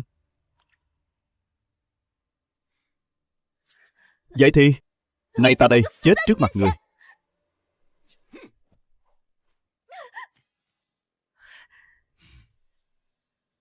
Cẩu hoàng đế, ngươi đẩy ta vào bước đường cùng này, chẳng để ta được chết, cũng chẳng đoái hoài tử tế với ta. Vậy thì, ta thà trốn khỏi cung cấm, cam phận làm nô tỳ chốn lầu xanh, đem thân mình hiến dâng cho phường thôn giả, để xem đường đường là bậc thiên tử. Đến lúc đó, ngươi còn mặt mũi nào nhìn thiên hạ?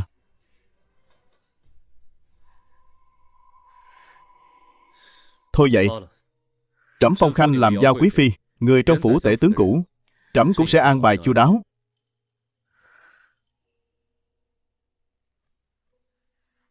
Giờ đây, khanh có thể nói cho trẫm hay những chứng cứ Bùi Nhân nắm giữ là gì không? Thiếp thực không hay biết việc này, e rằng chỉ là lời đồn mà thôi, không giống như nói dối. Chẳng lẽ những chứng cứ ấy đều bị Dương Dị hủy diệt rồi, hoặc giả theo Bùi Nhân mà đi chôn vùi dưới đất sâu? Chiếu chỉ sắc phong, lễ bộ sẽ sớm lo liệu chu toàn. Đã chọn ở lại chốn cung cấm này thì tốt nhất nên biết giữ mình. Trẫm tuy có phần nợ nàng, nhưng chẳng có nghĩa là nàng được phép lộng hành. Nàng hiểu ý trẫm chứ? Nghỉ ngơi cho tốt đi, trẫm đi đây. Khoan đã, người không ở lại Thu Diệp Điện sao? Nàng thực sự muốn làm quý phi của trẫm. Đã sắp phong thiếp làm quý phi, vậy nên chàng phải đối đãi tử tế với thiếp. Chàng là thiên tử, nếu chàng không coi thiếp là thê tử, thì nơi Thu Diệp Điện này có khác gì lãnh cung đâu. Chàng đừng nhìn thiếp như vậy. Việc đã rồi, thiếp tự tranh thủ chút gì đó cho mình, có sai sao? Trẫm không hoàn toàn tin lời nàng nói, nhưng trẫm đồng ý. Lần này là do nàng tự chọn, về sau thì sẽ không còn đường lui nữa đâu. Cẩu hoàng đế, ngươi nói nhiều lời vô nghĩa quá rồi. Vải bịa, dám khiêu khích ta sao? Một hồi đừng có mà khóc nhé.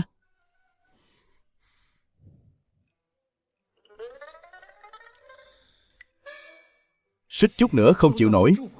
Quả thật không phải ai cũng có thể làm chủ.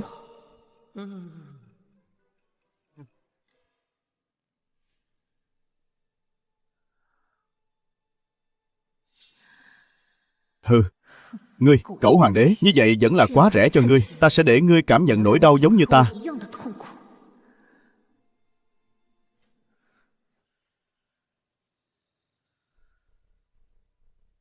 Thủ lĩnh, đi tra xét Bùi Tiệp Dư dạo gần đây qua lại với những ai, hoặc giả có cử chỉ nào bất thường hay không. Tuân lệnh.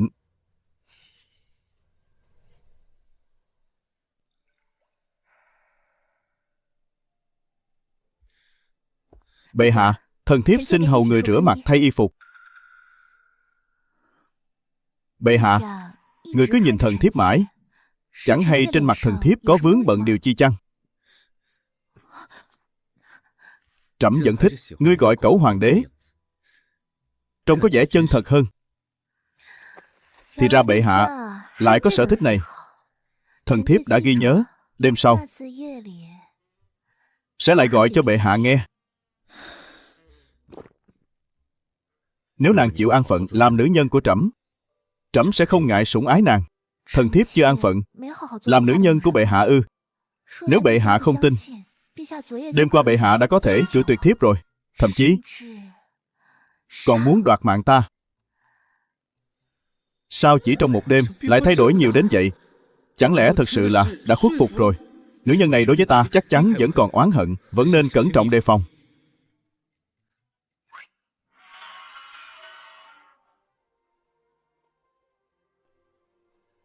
Chư vị ái khanh, có tấu chương.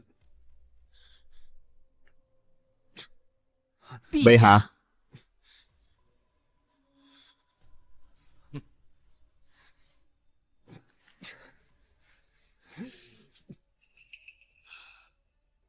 Bệ hạ, có phải long thể bất an? Xin giữ gìn long thể, hay là triệu ngự y đến xem sao? Trẫm không sao.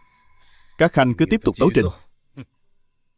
Bệ hạ, tiết tháng 7 nắng nóng gay gắt, người nên giá lâm Tỵ Thử Sơn Trang để xử lý chính vụ. Năm nay không cần đến Tỵ Thử Sơn Trang nữa. Hãy để lại ngân khố, giảm bớt gánh nặng cho triều đình. Bệ hạ, đã vào tháng 7 rồi. Chuyện hương hỏa tại các tự viện ở Trung Nam Sơn Kinh Thành, cùng khoản tiền tu sửa chùa mới cũng nên cấp phát. Tiền hương hỏa năm nay cũng không cần nộp, cứ nói là trẫm đã phán. Hãy giữ lại bạc để cứu tế quan trung, cứu giúp bách tính mới là công đức lớn nhất. Nếu trụ trì núi Trung Nam không hiểu, bệ hạ, hãy để ông ta tự mình đến quan trung mà xem. Bệ hạ, đủ rồi. Những việc gặt vảnh này, các khanh hãy viết thành tấu chương rồi cùng dâng lên. Nếu còn việc gì, chiều nay hãy đến ngự thư phòng tìm trẫm. Hôm nay trẫm còn có việc khác. Thôi cứ như vậy đi. Bãi triều.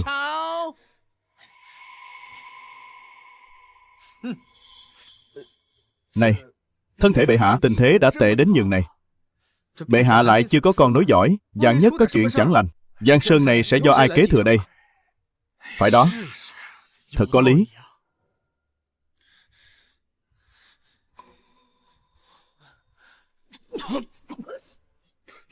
Bệ hạ, bệ hạ, bệ hạ.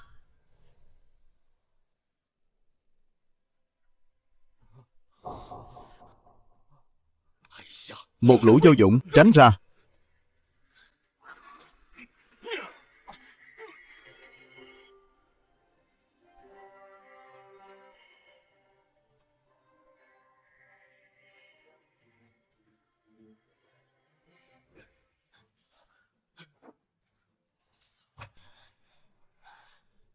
Bệ hạ, người đã tỉnh rồi. Thần đã phong tỏa tin tức rồi. Kẻ hay biết đều đã bị khống chế. Tin tức khó lòng che giấu. Ngươi hãy truyền chỉ dụ của trẫm. Thả Lan trung lệnh Thường Hồng khỏi Thiên Lao, truyền lệnh y thống lĩnh cấm quân, kiểm soát cửu môn, ngăn chặn biến cố. Tuân lệnh. Phong lão, Thục Phi hẳn là chưa hay biết. Đào Dương đã phong tỏa tin tức. Thục Phi chưa hay biết tình trạng của bệ hạ. Trẫm đây là làm sao? Bệ hạ, người đã trúng độc, lại là thứ độc dược vô cùng quái dị, đã tiềm phục trong cơ thể người đã lâu. Lão nô nghi ngờ có kẻ đã hạ độc người trong thời gian dài. Việc này đều là do lão nô thất trách, hạ độc trong thời gian dài. Hoàng thượng, các ngươi, lũ phế vật, giữ các ngươi lại để làm gì? Trẫm hỏi các ngươi, độc này có thể giải được chăng? Bệ hạ, độc có thể, nhưng ngài trúng độc đã lâu, phương pháp thông thường khó lòng thanh trừ. Trừ phi phải biết rõ là loại mãn tính độc dược gì mới có thể đối chứng hạ dược. Ngươi cứ nói thẳng, nếu không giải được, trẫm còn bao lâu nữa? Nếu không có thuốc giải, bệ hạ có thể bất cứ lúc nào. Hỗn xược, bệ hạ tha mạng. Lùi xuống, cút xuống. Bệ hạ, người hãy cố gắng cầm cự. Lão nô bây giờ sẽ đi tìm cách. Bệ hạ, người nhất định phải cố gắng cầm cự. Ta không thể chết. Nếu ta xảy ra chuyện, Tương Nhi phải làm sao? Đối mặt với quyền thần, với kẻ thù, trốn thâm cung hiểm ác này, sớm muộn gì nàng ấy cũng bị nuốt chửng.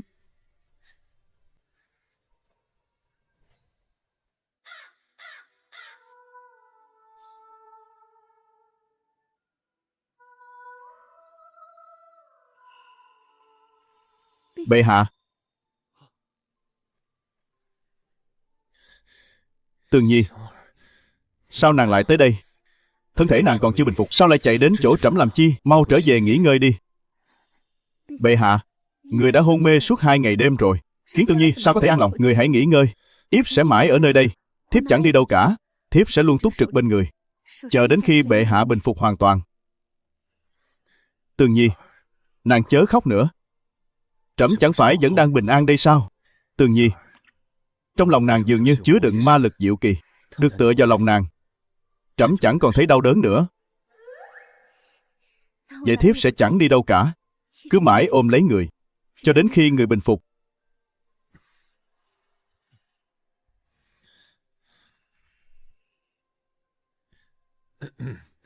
Trong cung, mọi sự vẫn ổn thỏa chứ? Bẩm bệ hạ, mọi sự đều bình yên, chẳng có việc gì xảy ra cả. Sáng sớm hôm nay, tể tướng Lâm Trường Thư có tới, nói là muốn vào thăm long thể của bệ hạ.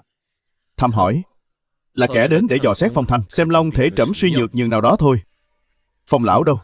Phong lão vì bệ hạ đã đi tìm danh y rồi. Trước khi đi, người có dặn dò thần phải túc trực không rời bên cạnh bệ hạ. Bệ hạ, bệ hạ. Thục phi nương nương không phụ mệnh lệnh, lão nô đã tìm được một vị thần y tuyệt thế. Thảo dân Tôn Trường Sinh kính bái bệ hạ. Nương nương miễn lễ. Tôn Dược Sư, hãy bắt mạch cho trẫm. Nếu không chữa được, trẫm không trách ngươi, nhưng nếu ngươi chữa khỏi, chỉ cần ngươi mở lời, những gì trong tầm tay trẫm, trẫm đều ưng thuận. Bệ hạ, người tin tưởng Thảo dân đến thế sao? Phong lão đã bỏ ra 2 ngày để tìm ngươi, chứng tỏ ngươi ắt hẳn có chỗ hơn người. Giả lại, nếu ngươi không có bản lĩnh này, cũng chẳng thể bước chân vào hoàng cung. Đừng khách sáo làm chi nữa. Tôn Dược Sư, mau mau xem bệnh cho bệ hạ đi. Chẳng cần xem nữa, Thảo dân đã biết bệ hạ trúng phải độc gì rồi. Thảo dân đã hay biết bệ hạ trúng phải độc gì. Tôn Dược Sư, trẫm trúng phải độc gì? Bệ hạ trúng phải chính là độc hoa mạn đà la. Loại độc này sinh trưởng ở Tây Dực, Trung Nguyên hiếm thấy. Liều lượng lớn, trong khoảnh khắc có thể khiến người ta bạo vong. Liều lượng nhỏ, thêm vài vị thuốc dẫn có thể chế thành mãn tính độc dược. Vô sắc vô vị, ngân châm, chẳng thể dò ra. Người trúng độc tuy tạm thời chưa nguy hại tính mạng, song theo dòng thời gian, bệnh tình chuyển nặng, sẽ thấy toàn thân rã rời, đầu váng mắt hoa, kèm theo thổ huyết, cùng chứng nôn nao. Chung quy là tử vong.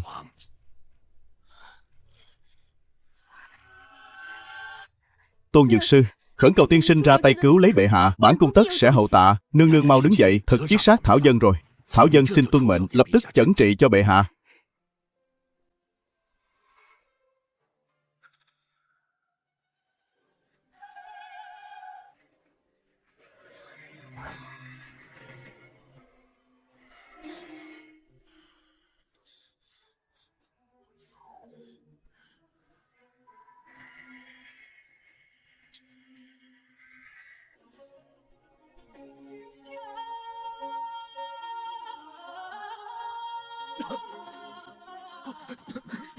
Việc này nương nương chớ nên lo lắng, bệ hạ thổ ra chính là độc huyết do ngài tống hết nguồn máu này, độc trong người bệ hạ, bệnh tình đã thuyên giảm quá nữa.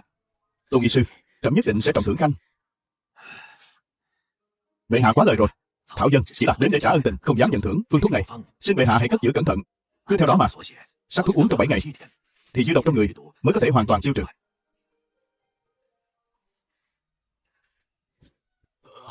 Tôn Dược Sư đã tới nơi này rồi, thì chớ vội rời đi, hãy lưu lại cung cấm thêm vài ngày, tiện thể xem xét long thể cho bệ hạ, điều dưỡng thân thể cho người. Việc này được thôi, lão hủ xin mạn phép lưu lại vài hôm. Đưa Tôn Dược Sư lui xuống nghỉ ngơi, phải hết lòng phụng dưỡng. Nếu có chút gì thất lễ, trẫm nhất định không tha. Dạ. Bệ hạ, Tôn Trường Sinh vốn là bậc bán tiên vân du, y thuật siêu phàm, lại là truyền nhân của Dược Dương, quả thực là bậc kỳ tài. Song muốn giữ chân người này là có chút gian nan. Bậc nhân tài như thế, ắt hẳn phải có khí chất khác người. Nhưng trẫm tin rằng chỉ cần tâm thành chí kiên, thì chẳng có bậc hiền tài nào mà không chiêu mộ được. Phong lão, lần này đa tạ ngươi. Nếu không có ngươi, trẫm e rằng đã quy tiên rồi. Bệ hạ, người quá lời rồi, đây là bổn phận của lão nô mà. Bẩm. Bệ hạ, vương quý phi cầu kiến. Ban ngày, lão hồ ly đến dò xét, ban đêm lại đến lượt tiểu hồ ly sao?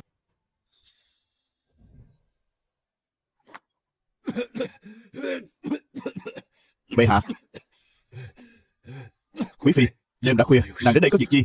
Bệ hạ, thần thiếp ở Linh Lung Điện, trằn trọc mãi chẳng thể chợp mắt, lòng vô cùng lo lắng cho long thể của người, nên mới mạo muội đến thăm bệ hạ. Trẫm không sao, hôm nay có chút mệt mỏi, muốn nghỉ ngơi rồi. Nàng hãy về trước đi, đợi đến ngày mai, trẫm sẽ triệu nàng sau. Bệ hạ. Bệ hạ, sao người bỗng dưng ho khụ khụ dữ dội đến thế? Thần thiếp thực lòng không an tâm. Xin hãy để thần thiếp được vào hầu hạ người. Không, có Thục phi chăm sóc, trẫm đã an lòng. Quý phi hãy sớm nghỉ ngơi đi. Bệ hạ, thần thiếp thực sự rất lo lắng cho người. Liệu có thể cho thần thiếp được vào nhìn người một chút thôi không? Chỉ một chút thôi, thần thiếp có thể hồi cung rồi. Khẩn cầu bệ hạ tác thành cho tâm nguyện của thần thiếp. Ái phi, nàng vào đi.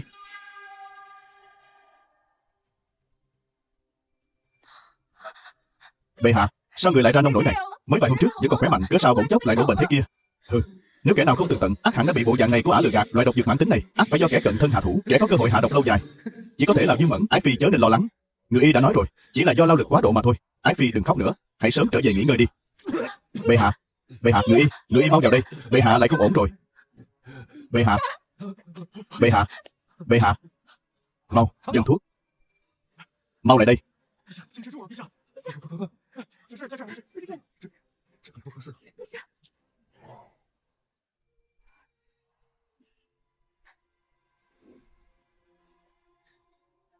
Bệ hạ, người đã đi xa rồi. Tường Nhi, diễn xuất của nàng thật khiến trẫm phải kinh ngạc khôn cùng. Thần thiếp không phải đang diễn. Thần thiếp biết rõ mọi sự là giả tạo, nhưng khi thấy bệ hạ đau đớn khôn nguôi, lòng thần thiếp không khỏi xót xa. Tường Nhi, thương tích của nàng vẫn chưa lành, hãy sớm lui về nghỉ ngơi đi. Vậy còn bệ hạ thì sao? Trẫm đang đợi xem một màn kịch hay trong đêm nay.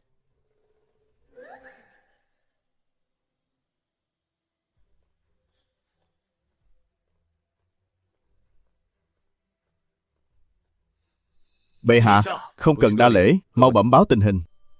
Ảnh vệ tới báo, tin giả về việc bệ hạ lâm trọng bệnh quả nhiên đã lan truyền ra ngoài. Vương vị trong đêm đã triệu tập bè phái tới phủ, tổng cộng hơn 20 kẻ, trong đó có 3 vị từ nội các, Vương vị và tể tướng Lâm Trường Thư, lễ bộ thượng thư Lý Phong, đại tướng trong quân. Thế lực quả thực không nhỏ, có Hữu đại doanh đại tướng quân Hàng Cầm Hổ, Trung quân trung doanh đại tướng quân Dạng Sơn, lại còn Kim Ngô vệ đại tướng quân Vương Minh. Quả nhiên không ngoài dự liệu của trẫm. Chỉ là trẫm không ngờ tới thế lực của Ngọc gia lại có thể bành trướng đến mức này. Thường Hồng, việc trẫm giao phó đã tiến triển ra sao? Bẩm bệ hạ, Hữu đại doanh phó thống quân Hạ Tu đã thành công chiêu dụ. Hạ Tu tâu rằng hắn chỉ điều động được 3.000 binh sĩ, các tiểu tướng khác đều trung thành với Hàng Cầm Hổ, hắn không dám hành động liều lĩnh. Được, 3.000 người đủ để tạo bất ngờ. Hơn nữa, chưa chắc đã cần dùng binh. Cứ xem Dương Dị và những kẻ khác sẽ làm gì khi trẫm lâm bệnh. Bệ hạ, xin người an tâm. Cửu môn hoàng cung ta đã thay thế toàn bộ tâm phúc, cộng thêm toàn bộ cấm quân, tổng cộng 1.200.000 người. Dù cho bọn chúng làm phản cũng có thể chống đỡ đôi chút. Chỉ cần cầm chân được thời gian, quân Cần Dương các nơi ắt sẽ nổi dậy. Được, nếu Dương Dị đến, ngươi hãy tử thủ đến cùng. Nếu Lâm Trường Thư đến, ngươi hãy cho hắn vào. Điều này cho hắn vào sao? Vậy cứ theo lời trẫm mà làm. Tuân lệnh.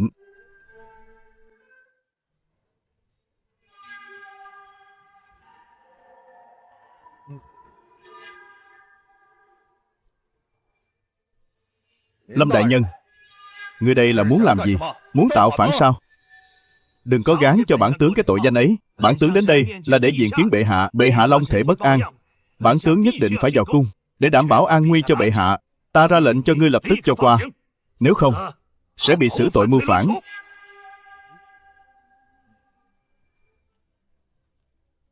Cho qua.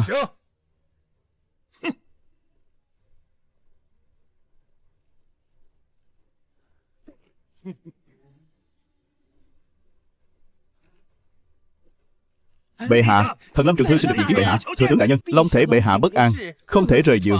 Mong cút. Thừa tướng đại nhân, bệ hạ thực sự không thể rời giường.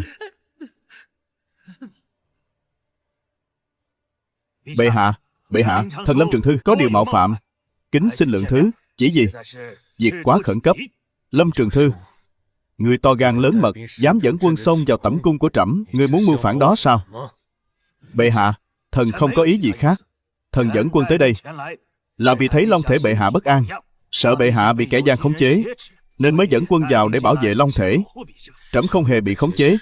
Hãy dẫn người của ngươi lùi xuống ngay. Bệ hạ, xin hãy thứ tội. Thần tạm thời chưa thể lui ra, phải đợi đến khi bệ hạ đợi thân thể bình phục hãy rời đi. Hỗn xược.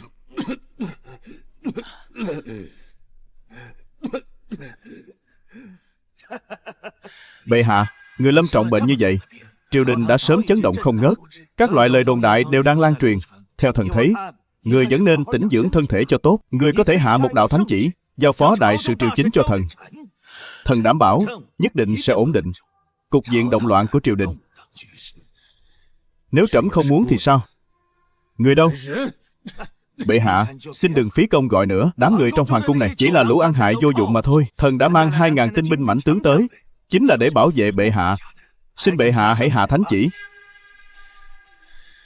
Người muốn mưu phản, muốn đoạt quyền sao? Bệ hạ, xin hãy phối hợp cho. Nay bệ hạ đã lâm trọng bệnh, hơi tàn sắp tắt, chẳng thể lo nổi việc triều chính nữa rồi. Vậy sao?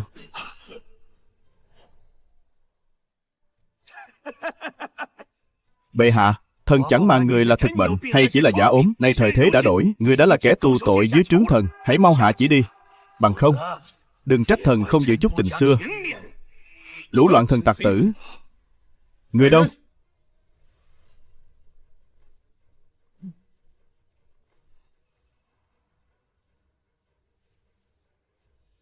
Hữu đại doanh đâu? Nếu trẫm không cho phép, ngươi dù có cánh cũng chẳng thể bước qua Tuyên Vũ môn. Ngươi tưởng rằng chỉ có một đạo quân của ngươi tiến vào đây sao? Từ khi ngươi đặt chân vào Dưỡng Tâm Điện, chủ lực hữu đại doanh của ngươi đã quy hàng rồi. Không thể nào. Ta dẫn theo toàn bộ tinh nhuệ hữu đại doanh, tất thảy đều trung thành với ta. Thật ư? Vậy ngươi hãy xem người này là ai.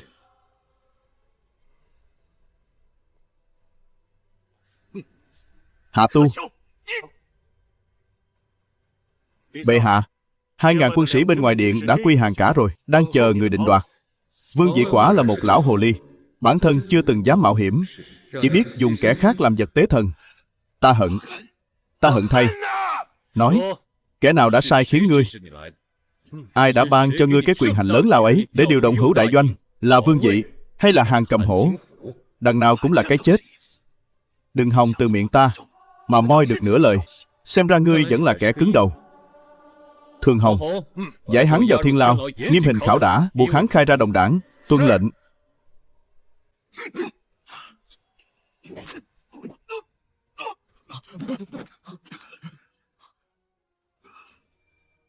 Ta thừa nhận đã xem thường ngươi, kế giả chết lừa trời của ngươi. Lâm Trường Thư ta, tua không ngoan, cẩu tạp chủng, dám mưu phản trẫm, còn dám dùng ánh mắt này nhìn trẫm. Ngươi chỉ là một con rối mà thôi. Ngươi cũng xứng sao? Khai ra đồng đảng của ngươi, trẫm có lẽ sẽ tha cho ngươi một mạng. Bằng không, e rằng ngươi khó giữ được tấm thân hèn mọn này. Nếu ta đáp lời ngươi, ngươi sẽ tha cho ta sao? Ngươi chết một mình, dẫu sao cũng hơn là bị tru di tam tộc. Thành bại là lẽ thường, ta cam chịu. Dù ngươi dùng trăm phương ngàn kế, ta cũng sẽ không hé răng nửa lời. Vậy sao? Nghe đồn phu nhân của ngươi là quý tộc đất Hà Bắc, hiểu lễ nghĩa, dù đã quá tuổi xuân, phong vận vẫn còn đó. Còn cả nàng mỹ thiếp của ngươi vốn là hoa khôi chốn thanh lâu. Nếu như ngươi chết đi, trẫm sẽ đưa nàng ta vào cung mua vui. Tất cả đều là do ngươi hại nàng. Ngươi dám? Hôn quân, ngươi không sợ thiên hạ phỉ nhổ hay sao? Trẫm có gì mà không dám. Thê tử của cựu thừa tướng, trẫm đều có thể cưỡng đoạt. Trẫm còn muốn cùng ngươi, kẻ gian thần này, phân bua đạo lý sao? Lập tức áp giải hắn vào ngục tối cho trẫm, nghiêm hình khảo đả, buộc y khai ra đồng đảng, chớ để y tìm đường chết. Nếu y có nửa phần sơ suất, trẫm sẽ trị tội các ngươi. Dạ. Giải đi. Không cần, ta tự đi được.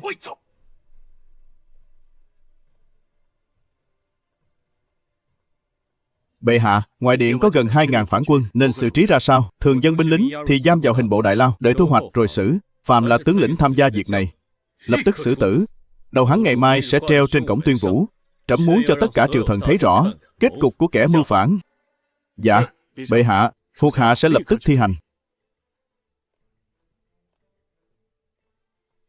Thường Hồng, ngươi lập tức dẫn cấm quân xuất cung, với tốc độ sấm sét bắt Hàn Cầm Hổ về cho trẫm. Sau đó lấy tội mưu phản mà xử tử hắn, tịch thu gia sản, rồi truyền khẩu dụ của trẫm cho Hạ Tu, thay thế vị trí của Hàn Cầm Hổ. Tốc độ phải nhanh, chớ để Vương Dị cùng bọn chúng phát giác. Nhất định phải trước khi trời sáng mai. Mọi sự đều phải an bài xong xuôi. Dạ, bệ hạ. Phong lão, người nghĩ trẫm làm vậy có đúng chăng?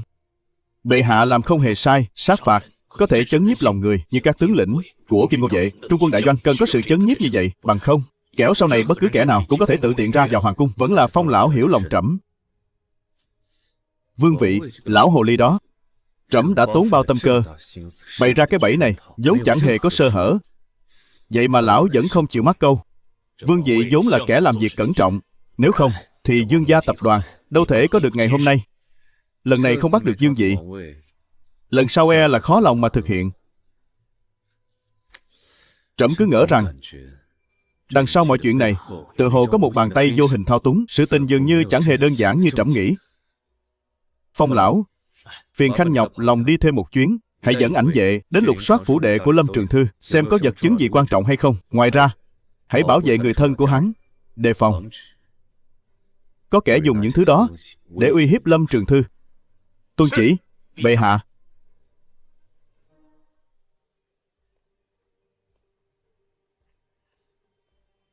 Phụ thân, đến nay vẫn chưa có tin tức gì.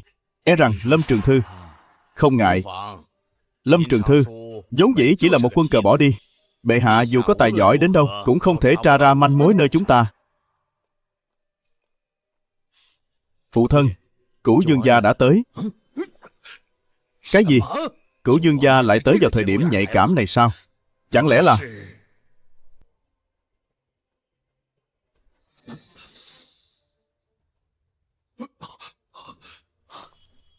tham kiến Cửu Dương gia.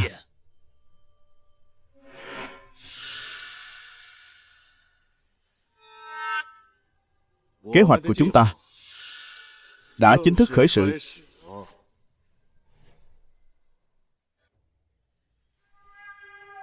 Bệ hạ, đây chính là phu nhân của Lâm Trường Thư, Trịnh Như Ngọc. Còn về Hạ Yên kia, nàng ta đã mất tích rồi. Tội phụ bái kiến bệ hạ. Hạ Yên kia rốt cuộc là chuyện gì? Nàng ta đã mất tích như thế nào? Khải tấu bệ hạ, đêm qua trước khi mưu phản, nàng ta đã sớm mượn cớ rời khỏi Lâm gia. Bệ hạ, lão nô đã tra hỏi được rằng Lâm Trường Thư vốn sủng ái ả Hạ Yên kia. Hắn cưới Trịnh Như Ngọc chẳng qua cũng chỉ là muốn mượn thế lực nhà họ Trịnh để tiến thân mà thôi. Hai người họ kết nghĩa phu thê đã lâu, nhưng nghe hạ nhân nhà họ Lâm thuật lại, Lâm Trường Thư chưa từng một bước đặt chân vào phòng Trịnh Như Ngọc. Đêm qua, lão phu đã dùng cực hình tra khảo hắn, nhưng hắn nhất quyết không hé răng nửa lời. Chắc hẳn là vì biết Hạ Yên đã cao chạy xa bay rồi, thảo nào miệng lưỡi lại cứng cỏi đến thế. Thật là... Lâm Trường Thư này, chẳng lẽ đầu óc đã bị cửa kẹp rồi sao? Thế tử xinh đẹp nhường kia không màng tới, lại đi bận tâm đến sống chết của một ả tiểu thiếp. Ngươi có biết môn sinh dây cánh của Lâm Trường Thư gồm những ai? Trước khi mưu phản, hắn đã bí mật gặp gỡ những kẻ nào? Bệ hạ, không phải tội phụ không muốn nói, mà là thực sự không hề hay biết. Chàng tuy danh nghĩa là phu quân của thiếp, song thực tình mà nói, chàng vốn chẳng hề đoái hoài đến thiếp. Bấy nhiêu năm qua, thiếp cũng chưa từng hay biết việc riêng của chàng. Vậy nàng có biết tội của Lâm Trường Thư lớn đến nhường nào chăng? Chịu theo luật pháp, phải chịu tội tru di cửu tộc. Chẳng riêng gì nàng, mà cả dòng tộc họ Trịnh phía sau nàng đều phải chịu cảnh tịch biên gia sản, chém đầu thị chúng. Bệ hạ, tội phụ biết mình tội nghiệp sâu dày, không thể dung thứ. Dẫu là tội phụ, song thực tình chẳng hề hay biết. Ngẩng đầu lên.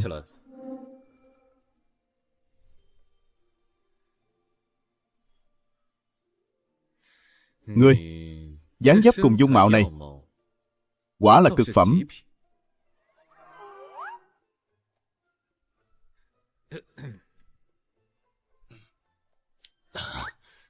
Bệ hạ, nếu đã chẳng tra hỏi được gì, chi bằng hẹn ngày khác thẩm vấn. Hãy tạm giam nàng ta, giam giữ trong cung.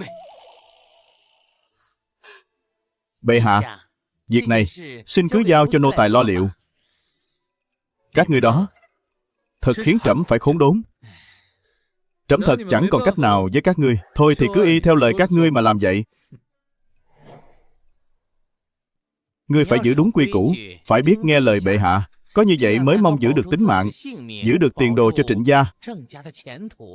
Nếu giận may mỉm cười, biết đâu chừng ngươi cũng sẽ như Giao quý phi, một bước hóa rồng, trở thành bậc tôn quý nhất chốn hậu cung. Lâm Trường Thư lại lạnh nhạt với ta, chưa từng chạm đến ta cho đến tận bây giờ. Thân ta vẫn còn là xử nữ, nếu có thể bảo toàn được Trịnh gia, lại còn có hy vọng được sắc phong quý phi, thì cũng chẳng có gì là không tốt. Công công, ta đã hiểu rõ rồi. Thế thì tốt quá. Thịnh Thanh cung ta đã cho người dọn dẹp xong xuôi. Nương nương hãy tạm nghỉ ngơi tại đây. Nô tài xin cáo lui để bẩm báo với bệ hạ.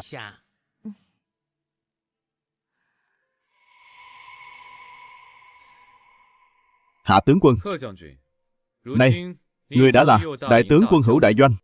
Trẫm ban cho ngươi quyền sinh sát.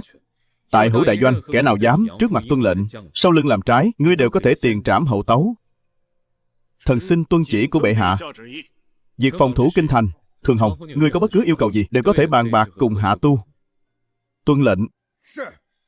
Sự an nguy của hoàng cung trong ngoài một lòng, việc này đành cậy nhờ hai khanh.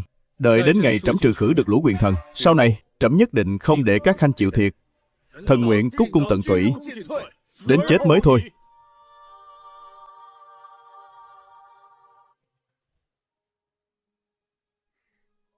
Bệ hạ, lão nô đã sắp đặt ổn thỏa cả rồi.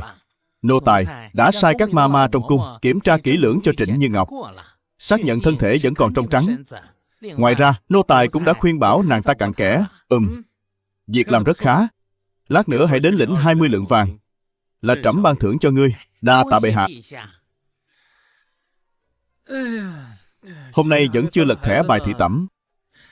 Ngươi nói xem, trẫm nên đến chỗ Thục Phi, hay là đến chỗ nữ tử họ Trịnh kia?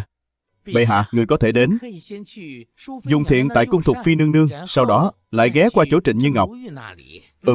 Khá lắm. Người trưởng thành ắt phải biết chọn lựa thế nào.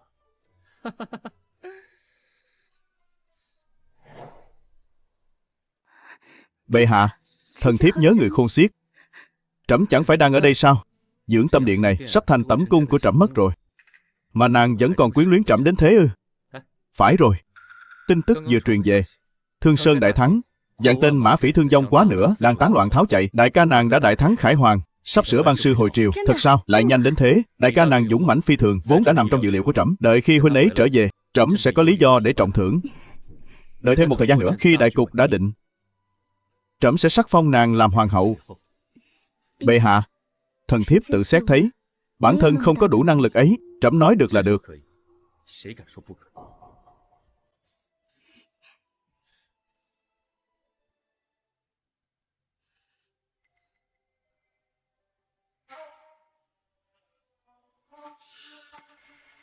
Trẫm là mãnh thú ăn thịt người sao?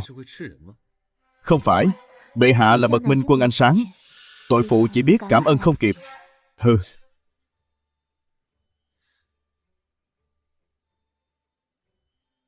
Lại đây ngồi.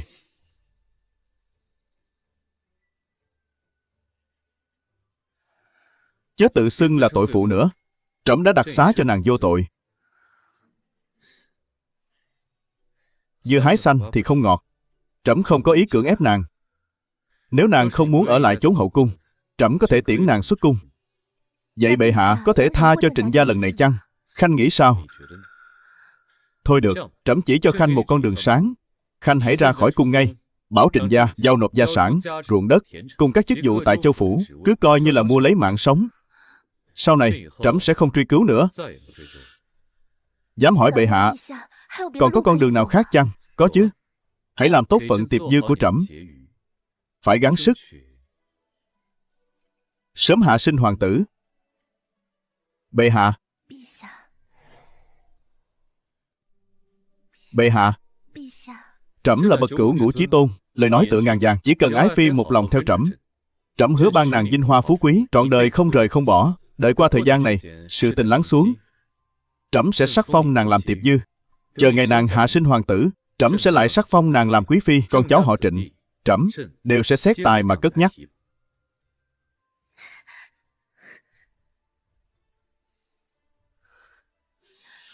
Bệ hạ, tội phụ đã thông suốt rồi. Chỉ cần bệ hạ có thể tha cho họ Trịnh lần này, tội phụ xin thề, họ Trịnh nhất định sẽ dốc lòng phò tá đại hạ và bệ hạ. Tội phụ kiếp thân.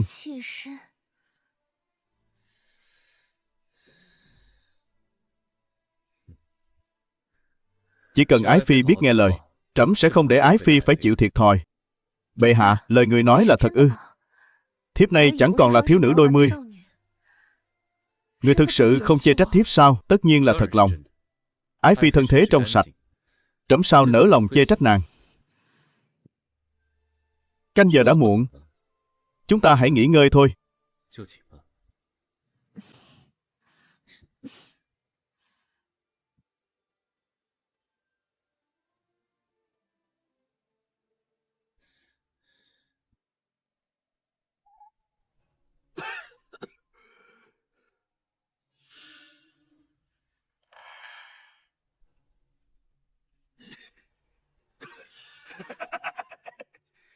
Đồ hôn quân kia, ngươi sẽ chẳng có kết cục tốt đẹp đâu. Ngươi chỉ là kẻ bại trận. Số bậy cái gì chứ? Kẻ bại trận? Kẻ nào đã nói với các ngươi rằng chúng ta đã bại trận? Các ngươi, ngoài ngươi ra còn ai nữa? Hãy khai ra. Trẫm có thể tha cho ngươi một mạng chó. Tên hôn quân, ngươi muốn biết ư? Hả? Vậy thì ngươi hãy cầu xin ta đi. Ngươi hãy quỳ xuống trước mặt ta. Có lẽ ta sẽ đại phát thiện tâm. Mà nói cho ngươi hay, trẫm không phải quân tử, nhưng xưa nay vẫn thưởng phạt phân minh. Trẫm ban cho ngươi cơ hội cuối cùng.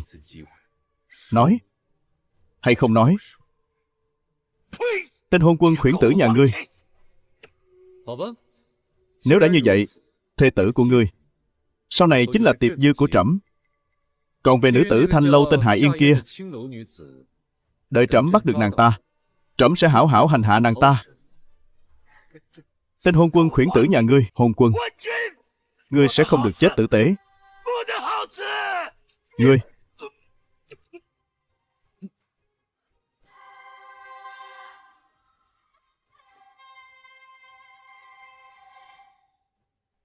bệ hạ, hắn bạo bệnh mà băng, e rằng là do tức giận mà thành. Bệ hạ, bệ hạ, đại tướng quân Tiêu Tiễn đã hồi kinh.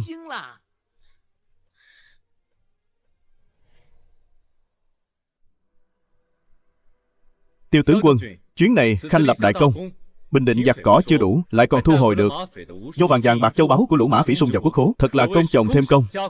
Trẫm nhất định sẽ trọng thưởng cho khanh. Truyền chỉ, ban chiếu dụ, sắc phong Tiêu tướng quân làm thần uy nguyên soái, thống lĩnh 3 đại quân: Cốc Quan, Mang Sơn và Thanh Bình.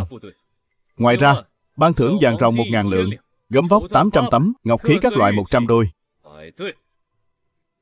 Trần Tiểu Phỉ lần này, tả đại doanh đều được ban thưởng. Giao lễ bộ phụ trách thi hành. Cái gì? Lại có kẻ dám mưu phản? Trẫm đã dẹp yên rồi. Song kẻ chủ mưu vẫn còn nhẫn nhơ ngoài vòng pháp luật. Bọn tạp chủng ấy dám thừa lúc thần không có mặt ở đế đô mà dùng thủ đoạn đê hèn hạ độc bệ hạ, tái ông thất mã, yên tri phi phúc. Nếu không có vụ hạ độc và mưu phản lần này, có lẽ trẫm đã chẳng thể thu hồi được nhiều quyền lực đến vậy. Chẳng trách hôm nay bệ hạ tại triều đình ban thưởng cho thần. Những lão thần ấy lại chẳng ai dám đứng ra phản đối. Trên triều đình, hơn 30 vị đại thần đã bị bãi chức. Trẫm đã đưa những người đáng tin cậy lên nắm giữ trọng trách. Ngoài ra, cấm quân chính cửa hoàng cung đa số đã bị thanh trừng. Hình bộ thượng thư cùng các đại thần khác, trẫm cũng đã răn đe họ rồi. Điều quan trọng nhất là trẫm đã nâng đỡ khanh lên vị trí này. Nơi biên ải của đại hạ đã có thần uy nguyên soái trấn giữ, thì kẻ nào dám lòng mang phản nghịch? Thần đa tạ bệ hạ đã dày công tâm huyết. Thần không biết lấy gì báo đáp. Tương lai nguyện thề chết trung thành với bệ hạ, mở mang bờ cõi cho đại hạ ta.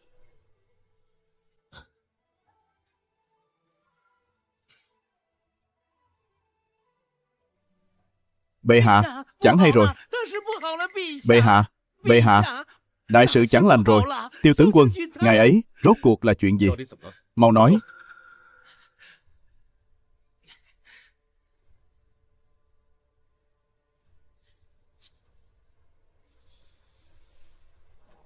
Cái gì?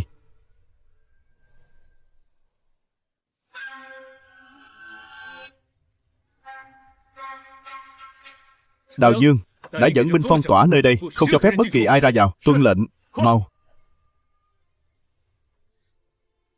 Đây là Hoa Sen Viện, chính là nơi ở của Mã Tiệp Dư, phi tần của tiên đế.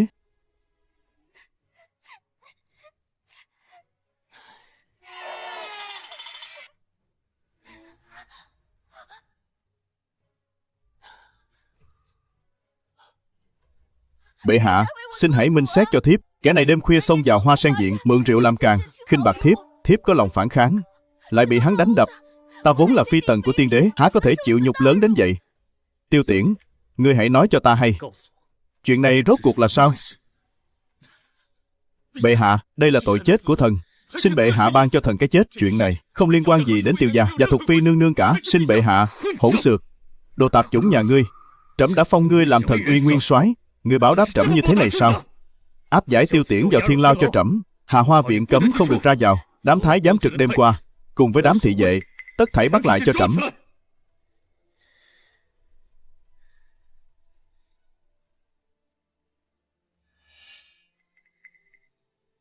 Tương Nhi, mau đứng dậy đi, dưới đất lạnh lẽo lắm. Bệ hạ, đại ca không phải hạng người như vậy, chuyện này chắc chắn có ẩn tình. Cúi xin bệ hạ minh xét cho. Tương Nhi, trẫm sẽ không để hắn phải chịu oan khuất, nàng cứ yên tâm. Bệ hạ, Tương Nhi từ nhỏ chỉ có duy nhất một huynh trưởng. Bệ hạ, người có thể hứa với Tương Nhi không đoạt đi tính mạng của huynh ấy không? Được, trẫm hứa với nàng. Mau đứng dậy đi.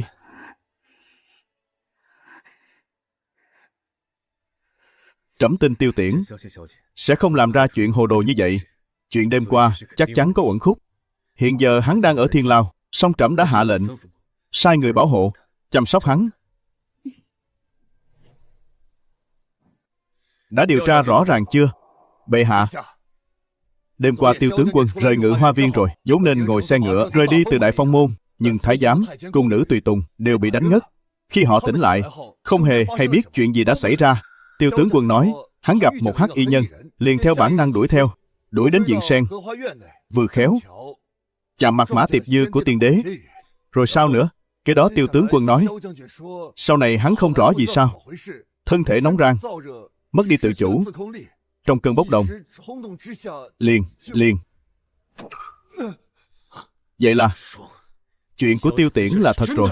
Bệ hạ, việc này còn nhiều điều nghi hoặc, ắt hẳn có kẻ đứng sau xúi giục. Trẫm đã rõ. Phong lão, có thần, ngươi hãy loan báo ra ngoài rằng tại hiện trường đã tìm thấy chứng cứ do hắc y nhân để lại đã giao nộp cho Tông Chính Tự. Như vậy, hắc y nhân ắt sẽ không thể ngồi yên, sẽ tìm cách đến Tông Chính Tự để trộm. Bệ hạ, đây là dụ rắn ra khỏi hang. Khá lắm. Dẫu sao, tội vu khống thần uy nguyên soái, hãm hại Tần Phi tiên đế đều là trọng tội tru di cửu tộc. Kẻ đứng sau màn dù có nghi hoặc hay không, ắt cũng sẽ tìm cách thâm nhập Tông Chính Tự. Đến lúc đó, lão nô xin đích thân canh giữ, quyết không để hắn thoát thân. Đào Dương, có thần, ngươi hãy tung tin ra ngoài, nói rằng vụ án này đã có tiến triển. Ảnh vệ đã tìm được tang vật do kẻ áo đen để lại. Tuân lệnh.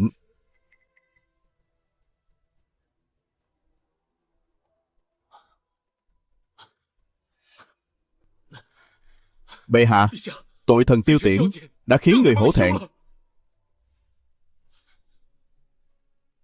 Chuyện này không trách ngươi, ngươi đã bị người khác gài bẫy.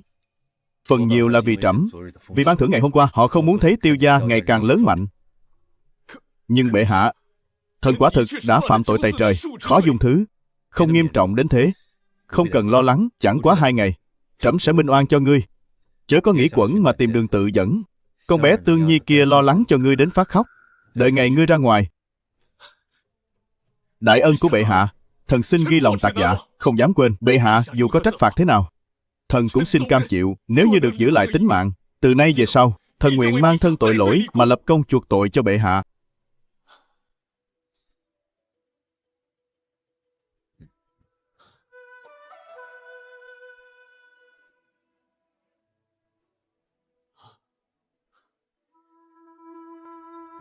Con bé Tương Nhi kia cứ sợ trẫm giết ngươi, đã ở trong ngự thư phòng khóc lóc hồi lâu.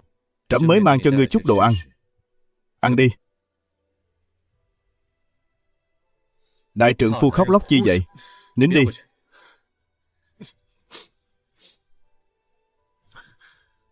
Này,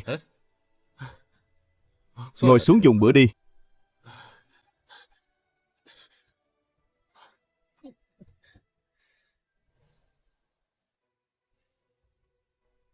Bệ hạ, xin chớ lo lắng. Có Phong lão tọa trấn Tông Chính Tự, chắc sẽ không có vấn đề gì đâu. Bệ hạ. Bệ hạ, thành nha đột nhiên bốc cháy. Lập tức phái người đến Tông Chính Tự tiếp viện cho trẫm. Kẻ đến có lẽ không chỉ một tên áo đen. Dạ. Khoan đã. Mục tiêu của bọn chúng hình như không phải là chứng cứ. Là Tiêu Tiễn. Bọn chúng muốn sát hại Tiêu Tiễn. Ảnh vệ. Tiêu Tiễn đâu rồi?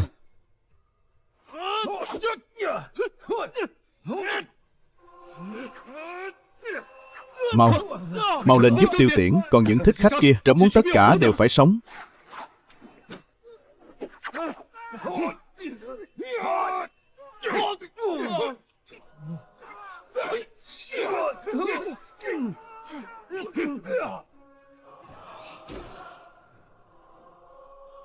Vương Mẫn, tốt nhất đừng là ngươi.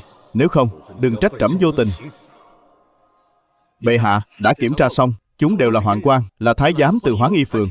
Hơn nữa, những kẻ này đã nhập cung từ 3 năm trước. Nói như vậy, chúng đã ẩn mình nơi tẩm điện của trẫm suốt 3 năm ròng. Trẫm chỉ hỏi một lần, ai đã sai các ngươi đến? Được. Bệ hạ, hay là để thần ra tay? Cút.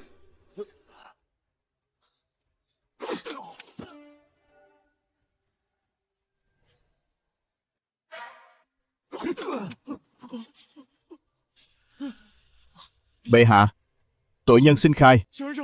Cúi xin bệ hạ khai ơn, tha mạng cho kẻ hèn này. Xin tha mạng cho ta.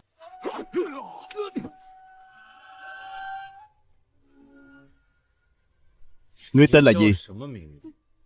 Bẩm bệ hạ, kẻ hèn này tên là Tiểu Đức Tử. Nói, kẻ nào sai khiến các ngươi đến đây? Thần xin khai hết, khai ra đi. Trẫm sẽ ban cho ngươi vinh hoa phú quý. Ngươi chỉ có một cơ hội duy nhất này thôi.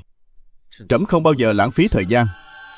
Bẩm bệ hạ, tiểu nhân thực tình chẳng hay biết gì cả, chỉ biết kẻ bề trên truyền lệnh phóng hỏa, rồi nhân lúc hỗn loạn mà sát hại Tiêu Tiễn. Kẻ bề trên ư?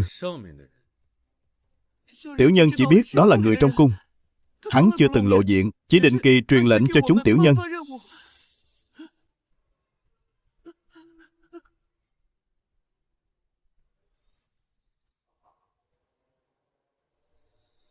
Từ thuở nhỏ, chúng tiểu nhân đã được một lão già bí ẩn thu nhận, truyền dạy võ nghệ, rồi đưa vào trong cung. Yêu cầu duy nhất là phải tuân mệnh lệnh của hắn. Nếu chẳng tuân lời, chúng ta sẽ bỗng dưng bỏ mạng. Lão già, chẳng lẽ ngươi chính là kẻ hạ lệnh cho các ngươi từ trong cung? Không phải. Trước khi nhập cung, lão nhân bí ẩn từng nói, sau khi chúng ta vào cung sẽ có người tiếp ứng, ban cho chúng ta nhiệm vụ. Tại Hoán Y phòng còn bao nhiêu thích khách như các ngươi? Có lẽ rất nhiều, hoặc cũng có thể rất ít ỏi. Chúng ta nào hay biết sự tồn tại của đối phương? Nào hay biết? Người đâu? Mau giấu Tiểu Đức Tử đi cho trẫm. Ngoài ra, hãy loan báo ra ngoài rằng đêm nay toàn bộ thích khách trong Thiên Lao đã bị tiêu diệt, không một ai sống sót. Tuân lệnh, bệ hạ.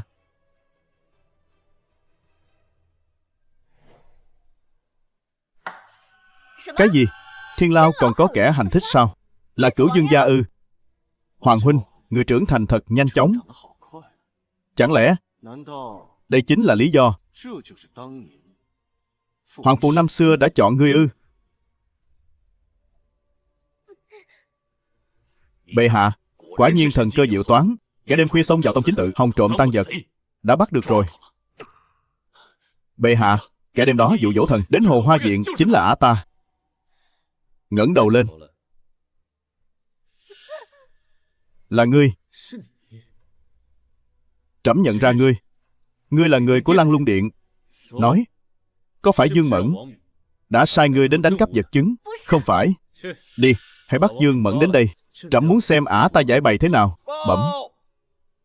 Bệ hạ, chuyện chẳng lành. Vương Quý Phi bị thích khách ám hại, khi được tìm thấy đã nằm trong vũng máu. Hiện giờ hơi thở đã mong manh lắm rồi. Cái gì?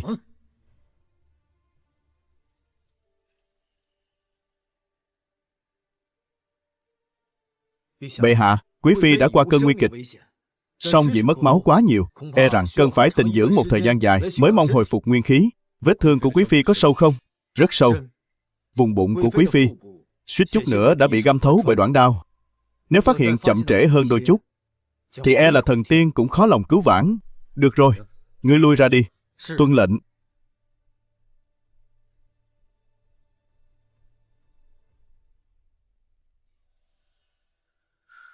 Nếu nói đây là tự hại mình, khổ nhục kế, liệu có phải là quá tàn nhẫn chăng? Vả lại, chuyện của tỳ nữ Lan Hoa, biết phải giải thích thế nào đây?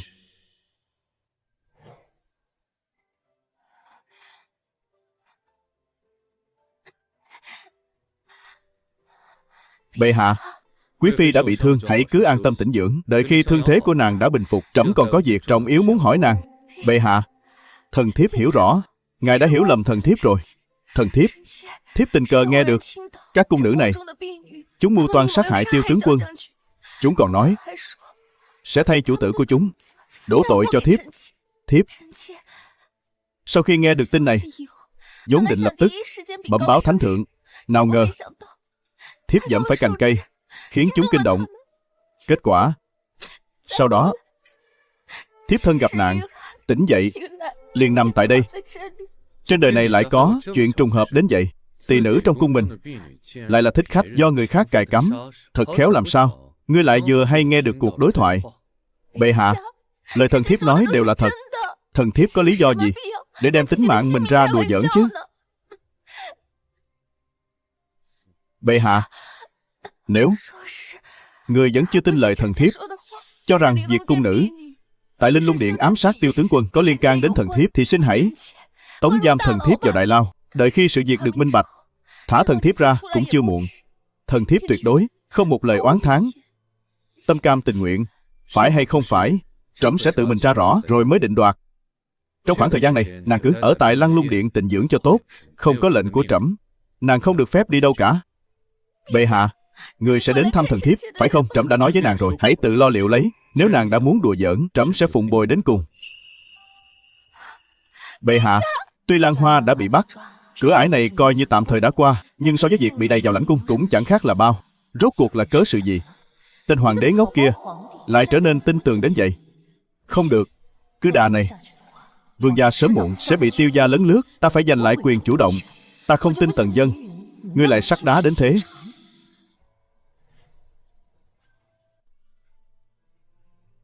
Bệ hạ, lão nô đã đích thân đến Linh Lung Điện, không phát hiện sự hiện diện của độc hoa Mạn Đà La. Phong lão, về việc Dương Mẫn bị thương lần này, ngài nghĩ sao? Dù thật hay giả, nay vẫn chưa thể động đến Dương quý phi. Bệ hạ hiện tại căn cơ chưa vững, nếu quá nóng vội, e rằng sẽ khiến chúng dồn vào đường cùng mà làm liều. Vả lại, chỉ dựa vào kẻ phạm sự là tỳ nữ của Dương quý phi mà khép tội một vị quý phi đương triều, lại là thiên kim của Dương phủ, là khó lòng phục chúng. Trẫm cũng nghĩ vậy. Không có thiết chứng, khó lòng định tội. Vả lại, vương gia thế lực lớn, phải dùng kế ôn thủy chữ Thanh Hoa, từ từ mà làm mới được.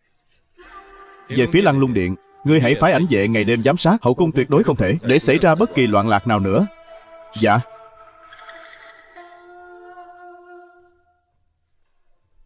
Bệ hạ, hình bộ thượng thư kỳ Vĩnh cầu kiến. Cho hắn vào.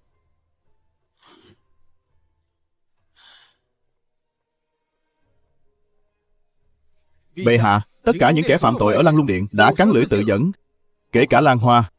Bệ hạ, thần thất trách, kính xin bệ hạ xá tội. Thôi vậy, bọn chúng đều là đã trải qua huấn luyện nghiêm ngặt, trẫm cũng chẳng trông mong sẽ thẩm vấn được điều gì lớn lao. Lan Hoa đã chết, trẫm còn có cách khác. Tạ ơn bệ hạ. Trẫm giao cho Khanh một việc nữa. Nếu việc này cũng làm hỏng bét, ngươi hãy tự mình cởi bỏ mũ ô sa này đi.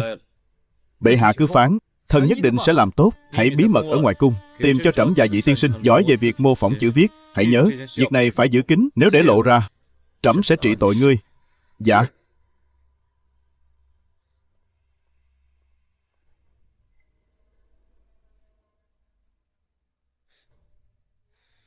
Bệ hạ là muốn, nếu từ phía tỳ nữ Lan Hoa không thể tra ra, vậy thì trước tiên hãy từ mảnh giấy này đã nằm trong tay ta. Kẻ bí ẩn bên ngoài cung cấm cùng kẻ đứng sau giật dây trong cung, ắt hẳn là một con cá lớn. Còn nữa, những kẻ như tiểu đức tử, lũ thái giám sát thủ ấy phải trừ khử sạch, sẽ cho trẫm. Tuân chỉ.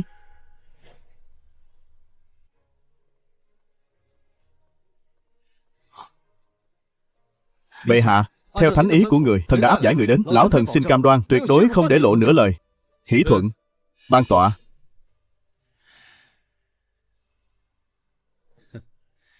Đừng sợ, trẫm đâu phải quái vật ăn thịt người. Lần này mời các khanh đến là có một việc cần các khanh giúp đỡ. Bệ hạ quá lời rồi. Được vì thiên tử mà làm việc là vinh hạnh của kẻ sĩ chúng thần. Trẫm muốn các khanh phỏng theo chữ viết trên đây, sao chép y hệt. Ngoài ra, phải giữ kín tờ giấy này. Việc thành, trẫm sẽ ban cho các khanh một chồng sách ngự thư phòng. Những người như họ, cả đời chỉ đọc sách, quả nhiên chỉ ham mê sách vở, huống hồ là sách ngự ban. Có lấy mạng họ cũng cam lòng. Tạ ơn bệ hạ, chúng thần quyết không phụ mệnh. Tốt. Đưa 3 vị tiên sinh này xuống, tìm một gian phòng trống, bút mực giấy nghiêng, hầu hạ chu đáo. Vâng. Hãy theo ta.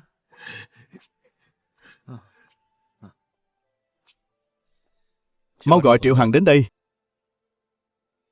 Tuân lệnh.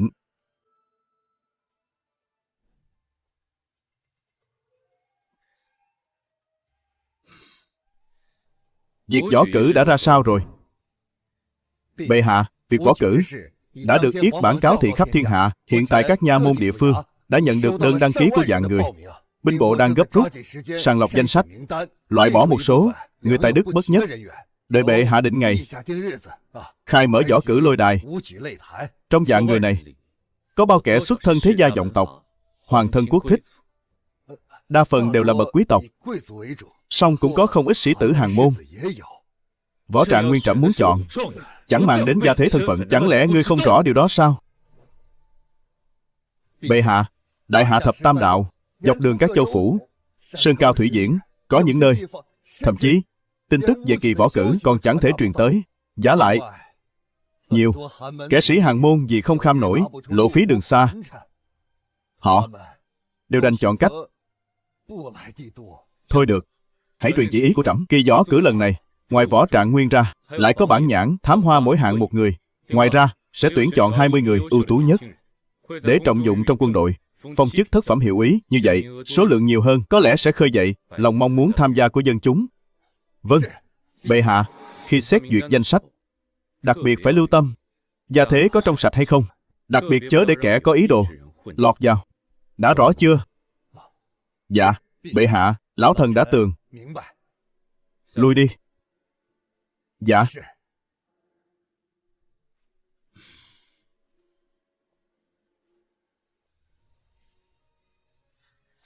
Bệ hạ, đây là tư liệu cùng họa ảnh, mỹ nhân từ các nơi dâng lên, cung cấp cho bệ hạ tuyển chọn nạp phi, lấp đầy hậu cung, phồn diễn long tử, chuẩn bị cho sự trường tồn của đại hạ. Hoàng đế tuyển phi thật là sướng a. So với những bậc gia nhân thanh cao thoát tục này, thì những nữ nhân kiếp trước chẳng khác nào cỏ rác.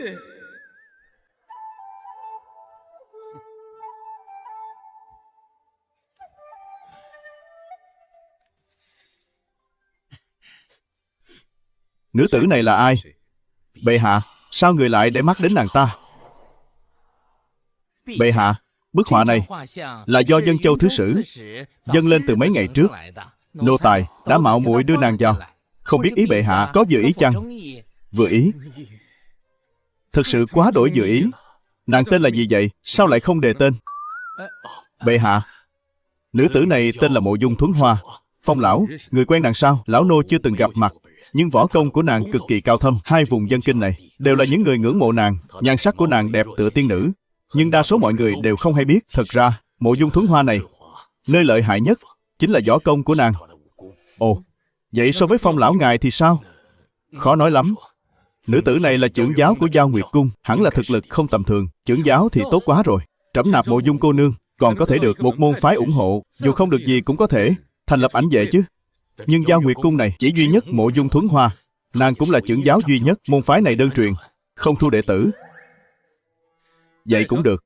Trẫm lần này bất luận là khuê tú danh gia đều không cần nữa. Trẫm chỉ cần nàng ấy. Đào Dương, ngươi đích thân đi một chuyến Dân Châu, thay trẫm truyền lời. Cứ nói trẫm ngưỡng mộ Mộ Dung cô nương đã lâu, hy vọng mời nàng vào cung đàm đạo. Xe kiệu phải cho thật uy nghi, chớ để làm mất đi thể diện của bậc trưởng giáo. Đã rõ chưa? Tuân chỉ. Bệ hạ, thuộc hạ nhất định sẽ chu toàn. Bệ hạ, lão nô cứ ngỡ rằng việc này e là không ổn. Không sao. Nếu không ổn thì tính kế khác. Trẫm nhất định phải thu phục được nàng.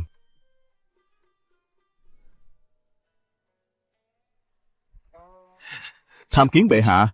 Chúng thần trung thành, không phụ sự mệnh, hoàn thành sứ mạng của hoàng thượng. Xin hoàng thượng xem xét.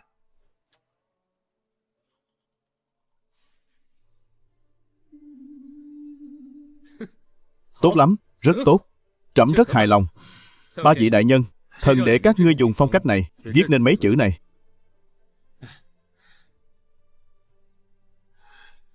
Giao cho Liên viết 30 bản.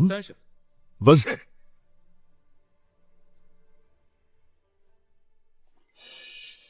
Lão Phong, ngươi sai người của ảnh vệ chuẩn bị đi, mang theo đai lưng của trẫm đi điều động 1000 binh sĩ cấm vệ ẩn nấp trong vườn Thượng Uyển phía gần Lan Tâm Đình.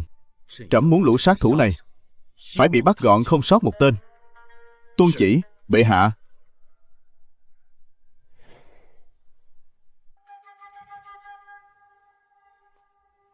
Bệ hạ, đã phát hiện kẻ lạ đột nhập Ngự Hoa Viên, số lượng không ít. Thường Hồng, truyền lệnh cấm quân khép chặt vòng vây. Ra tay đi, tuân lệnh.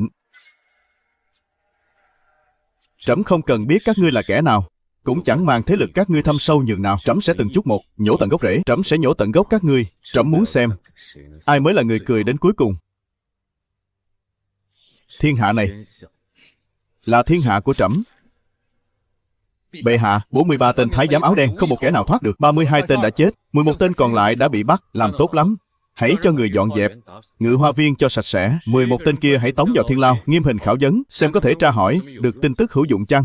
Nếu không tra hỏi được thì xử tử hết thảy. Trẫm muốn cho bọn thái giám cung nữ kia thấy phạm thượng làm loạn sẽ có kết cục ra sao. Dạ.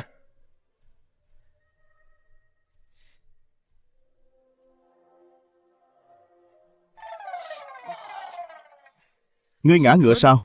Không phải, bệ hạ. Vết thương này là do Mộ Dung trưởng giáo đánh. Nàng ta vì sao lại đánh ngươi? Chẳng lẽ nàng ta không biết ngươi là người của trẫm, hay là ngươi đã làm chuyện gì thất lễ khiến Mộ Dung cô nương cảm thấy bị mạo phạm? Bệ hạ,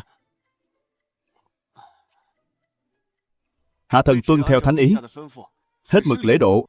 Nhưng Mộ Dung trưởng giáo dường như rất bài xích người trong cung, thái độ vô cùng lạnh nhạt. Đợi hạ thần bày tỏ ý định truyền đạt lời của bệ hạ cho nàng ấy xong, sắc diện nàng ta liền biến đổi.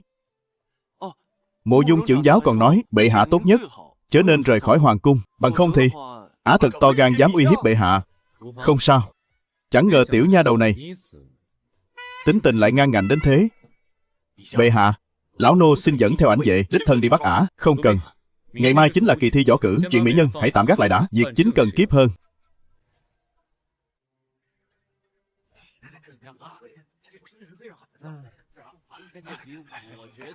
Chư vị, kỳ thi võ này sẽ tuyển chọn Võ Trạng Nguyên, Bản Nhãn, Thám Hoa. Võ Trạng Nguyên sẽ được phong tướng quân, thống lĩnh Thanh Long vệ. Bản Nhãn cùng các vị khác cũng sẽ căn cứ vào thành tích ban thưởng quan chức. Trẫm tuyên bố. Khoan đã.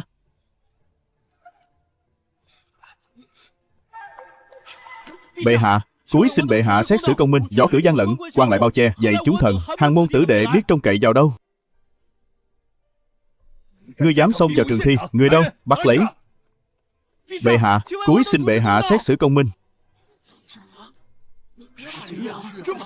Lại dám đến trường thi mà kêu oan. Bệ hạ, giờ lành đã đến, xin người mau tuyên bố bắt đầu. Những kẻ này chỉ tại tài hèn sức mọn, sau khi bị loại bỏ, lộ rõ khiếm khuyết, lại chẳng phục mà đến gây sự. Dừng tay cho trẫm. Đồ hỗn xược, dám giở trò ngay trước mắt trẫm sao? Có tin là trẫm ban chết ngươi không? Bệ hạ tha mạng. Bệ hạ tha mạng. Bệ hạ, việc tại các châu phủ, thần nào có quyền quản thúc? Vì tư lợi mà làm trái phép tắc, thần cũng không thể biết hết thảy. Thật là oan uổng thay. Vậy ngươi có thể làm ngơ trước nỗi oan ức của bá tánh ư? Trẫm đang ở đây, các ngươi có oan ức gì, có bất công gì, đều có thể nói ra. Bệ hạ, nguyên bản chúng thần cũng tham gia cuộc thi võ cử, các điều kiện đều phù hợp, song khốn nổi danh ngạch hữu hạn, các châu phủ sàng lọc từng lớp đã gạt bỏ chúng thảo dân. Nếu là loại bỏ chính đáng thì thảo dân cũng cam tâm tình nguyện. Nhưng thảo dân phát hiện trong trường diễn võ, những kẻ đang chờ thi đấu phần nhiều là công tử nhà giàu, con cháu quyền quý, đến kiếm còn chẳng cầm nổi, nói gì tranh võ trạng nguyên. Bọn họ xứng sao? Thậm chí thảo dân còn nghe nói con cháu quyền quý có thể bỏ trọng kim mua danh ngạch, còn hàng môn tử đệ dẫu có tiền cũng chưa chắc thành. Lại còn nói rằng sau khi tham gia võ cử, ai có thành tích khá một chút đều có thể làm quan. Xin bệ hạ, vì thần dân mà chủ trì công đạo đã mở võ cử thì nên tiếp nạp tất cả những người có tài, Đồng hương Thảo Dân chúng thần đều là người một lòng muốn báo quốc, nhưng không có cửa ngõ. Kỳ võ cử lần này có lẽ chính là cơ hội duy nhất trong đời của bọn hạ thần. Khẩn cầu bệ hạ ban cho chúng thần một cơ hội công bằng. Chúng thần nguyện lấy tấm lòng son để báo đáp ơn sâu của bệ hạ. Ngẩng đầu lên. Ngươi tên là gì? Bẩm bệ hạ, Thảo Dân là Yến Trung, hay cho một Yến Trung. Trẫm rất ưng ý ngươi. Ngươi và đồng hương của ngươi không cần phải tham dự võ cử nữa. Chốc nữa hãy trực tiếp đến Tuyên Vũ môn trình diện. Trẫm ắt sẽ trọng dụng các khanh. Bệ hạ, Thảo Dân muốn làm võ trạng nguyên, làm tướng quân. Có thể cho phép tham gia kỳ võ cử lần này chăng? Một kẻ cấy lúa hôi hám lại dám mơ làm tướng quân, thật là nằm mơ giữa ban ngày, thật là vô liêm sỉ. Bổn thiếu gia xem ra hắn ta đến một chữ lớn cũng không biết, còn muốn làm tướng quân ư? Binh thư yếu lược, ngươi có hiểu thấu chăng? Phải đó. Đối mặt giễu cợt mà sắc diện không đổi. Kẻ này quả là bậc nhân tài. Được, trẫm ưng thuận cho ngươi, cho phép ngươi tham dự võ cử. Đa tạ bệ hạ, đa tạ bệ hạ. Trẫm đang ở đây. Còn ai muốn tham dự võ cử để báo đáp triều đình? Bệ hạ, Thảo Dân Khấu Thiên Hùng vốn là kẻ đồ tể, nay muốn dự kỳ thi võ để báo đền triều đình. Trẫm chuẩn tấu. Thảo Dân là kẻ thợ rèn, cũng muốn dự kỳ thi võ để báo đền triều đình. Hay lắm. Trẫm chuẩn tấu. Kẻ hèn này là gã chở cám cho chim, cũng muốn dự kỳ thi võ để báo đền triều đình. Trẫm chuẩn tấu. Phàm kẻ tận trung báo quốc, chẳng kể xuất thân, trẫm đều chuẩn tấu. Các khanh hãy lui về chuẩn bị. Tuân chỉ.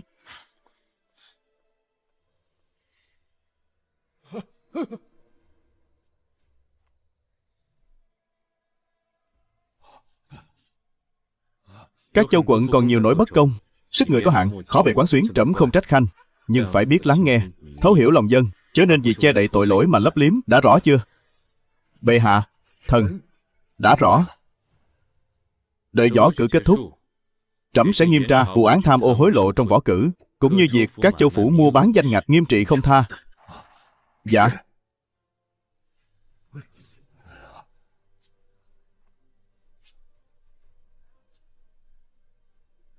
Trẫm xin tuyên bố quy tắc thi đấu. Ai liên tiếp thắng 3 người sẽ được thăng cấp vào vòng tiếp theo. Trong cuộc thi bắn cung, người thua sẽ bị loại. Đã rõ chưa? Rõ. Rõ. Trẫm xin tuyên bố võ cử bắt đầu.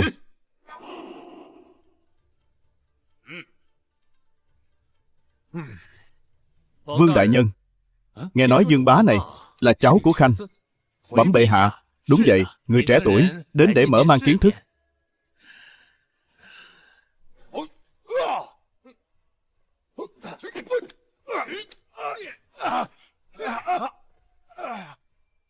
Thật đáng mừng thay. Vương đại nhân, không ngờ cháu của khanh lại xuất sắc đến vậy. Quả đúng là hổ phụ sinh hổ tử. Bệ hạ quá lời rồi. Bất quá chỉ là hạng tầm thường, chẳng đáng nhắc tới. Tuyệt đối không thể để bọn con cháu quyền thần đắc thắng nắm giữ chức vụ trong quân ngũ.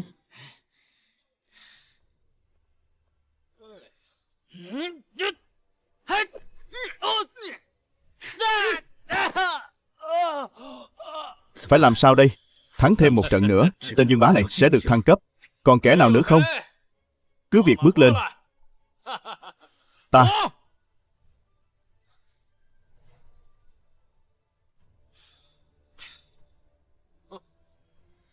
Bệ hạ, cháu trai của Dương đại nhân dũng mãnh vô địch, từng nơi hoang sơn giả lĩnh tay không đánh chết một con hổ, lại từ nhỏ tinh thông binh pháp.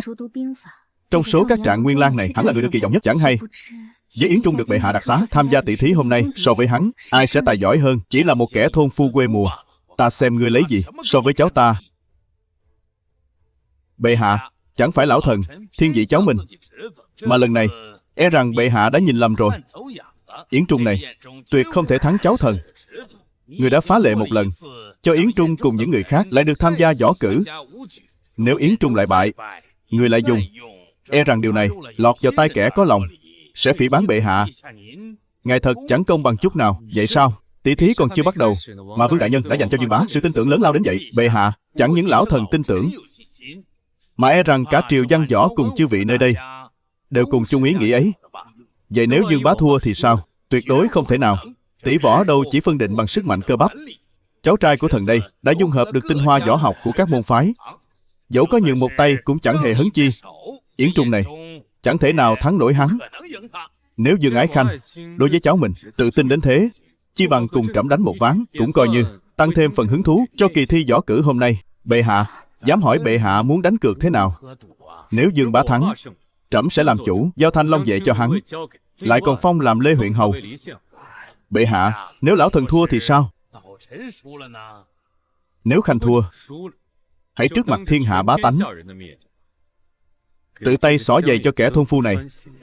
Vâng, bệ hạ. Lão thần tin tưởng Dương Bá vô cùng, xin cả gan cùng bệ hạ đánh cược một phen. Mong bệ hạ chớ quên lời ước định. Được, quân thần ta nhất ngôn cửu đỉnh, có trăm quan làm chứng.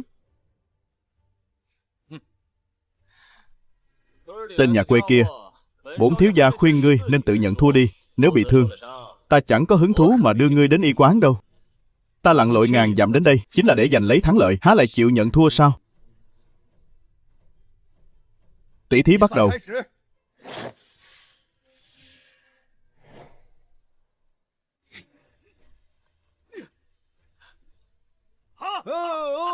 Đồ thôn phu thô lậu, dám cả gan đánh lén cháu ta. Bệ hạ, việc này thật chẳng hợp quy củ chút nào. Sao người có thể dung túng cho hạng tiểu nhân này được tham dự võ cử? Bệ hạ, xin bệ hạ phán Yến Trung thua cuộc. Ngươi đang dạy trẫm làm việc ư? Thần không dám. Tiếng trống vừa vang, cuộc thi đã bắt đầu. Yến Trung đây gọi là đánh lén sao? Là do cháu của ngươi khinh địch, trách ai được? Kính rượu không uống, lại muốn uống rượu phạt, vậy đừng trách ta vô tình.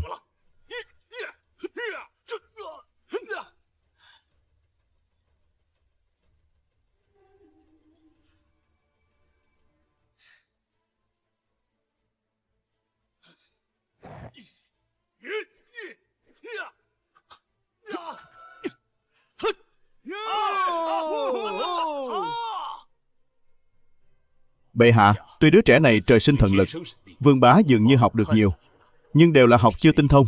Hắn thua rồi. Vương đại nhân, xem ra lần này ngươi đã nhìn lầm người rồi. Bệ hạ, cuộc tỷ võ này chưa kết thúc. Ai thắng ai thua vẫn chưa định đoạt. Văn võ bá quan đều đang dõi theo. Nếu ta thua một kẻ thôn dã như vậy, về sau ai còn coi trọng ta nữa? Vương đại nhân, ngươi vừa rồi chẳng phải nói Dương Bá nhà ngươi chỉ cần nhường một tay cũng thắng sao? Mau bảo Dương Bá đừng nhường nữa. Nhường nữa là bị đánh thành rùa rồi.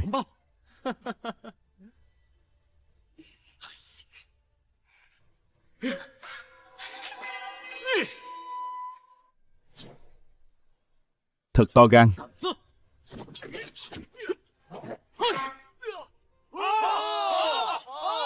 Quả là nhặt được bảo vật rồi.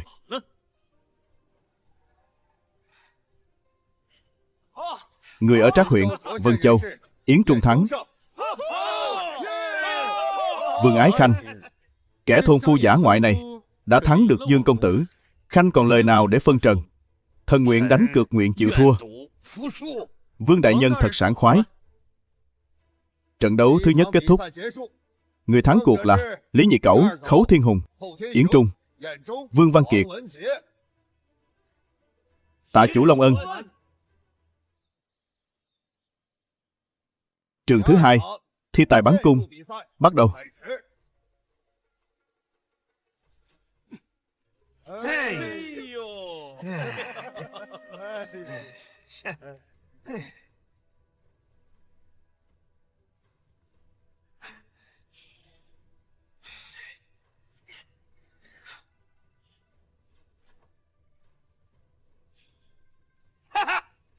Cái tên Khấu Thiên Hùng này cung thuật lại tinh xảo đến vậy.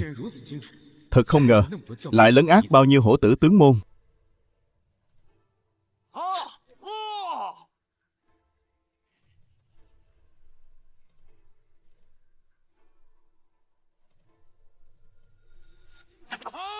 Hay.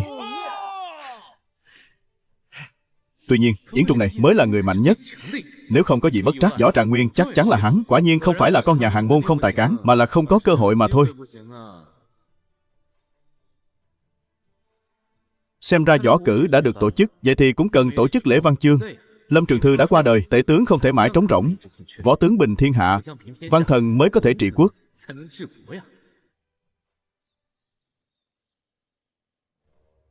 Phụng Thiên thừa giận, Hoàng thượng chiếu rằng Ngày mùng 12 tháng 8, kỳ thi võ đã thành công mỹ mãn, trẫm vô cùng hoan hỷ.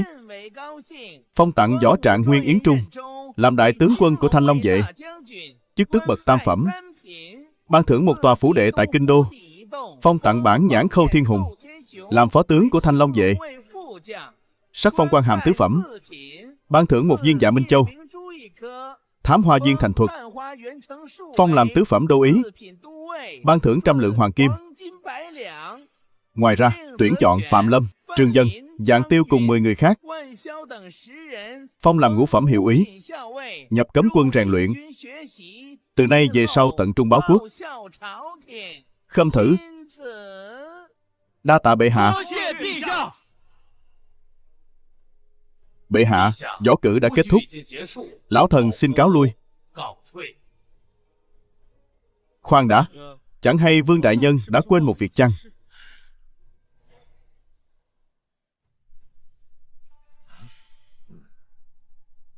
Bệ hạ, Dương đại nhân là trọng thần triều đình, lại đi xỏ giày cho một thường dân, e rằng tổn hại uy nghiêm triều đình. Đã cược thì phải chịu. Thần tử đại hạ ta há có thể thất tín? Người đã quyết tâm, khiến ta khó xử sao? Bệ hạ, thần xin nhận thua. Yến tướng quân, vậy thì để lão phu xỏ giày cho người vậy. Bệ hạ đây, để Dương đại nhân xỏ giày, thật hiếm có vậy thay. Cứ an tâm mà nhận lấy đi. Dạ.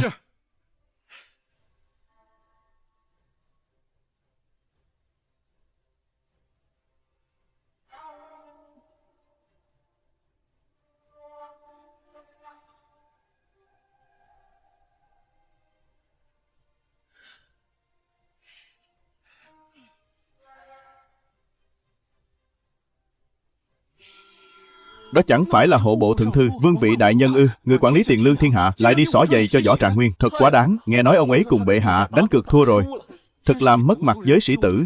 Xỏ giày cho kẻ nhà quê để tiếng xấu muôn đời. Khẽ lời, đó chính là Võ Trạng Nguyên đương triều, đại tướng quân Thanh Long vệ.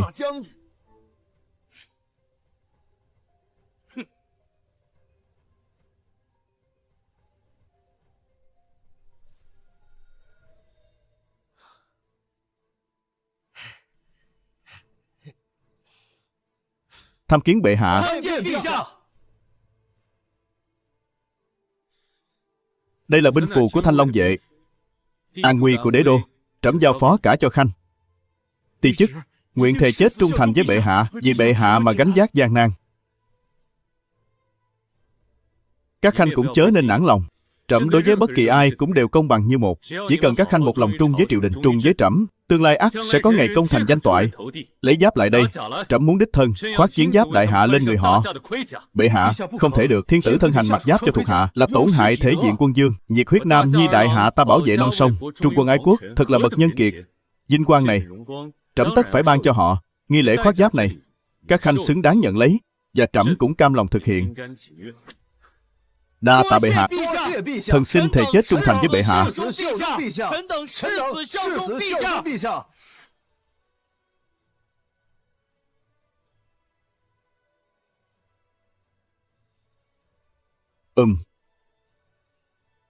Khéo thay một kẻ trọng đãi hiền tài, khéo thay một kẻ thu phục lòng người. Chẳng lẽ thực sự là lão phu đã nhìn lầm người rồi sao? Thôi bỏ đi. Đã chọn phò tá cửu vương gia thì chẳng nên vướng bận những ý niệm này nữa. Chúng ta chỉ có thể thắng, và bắt buộc phải thắng.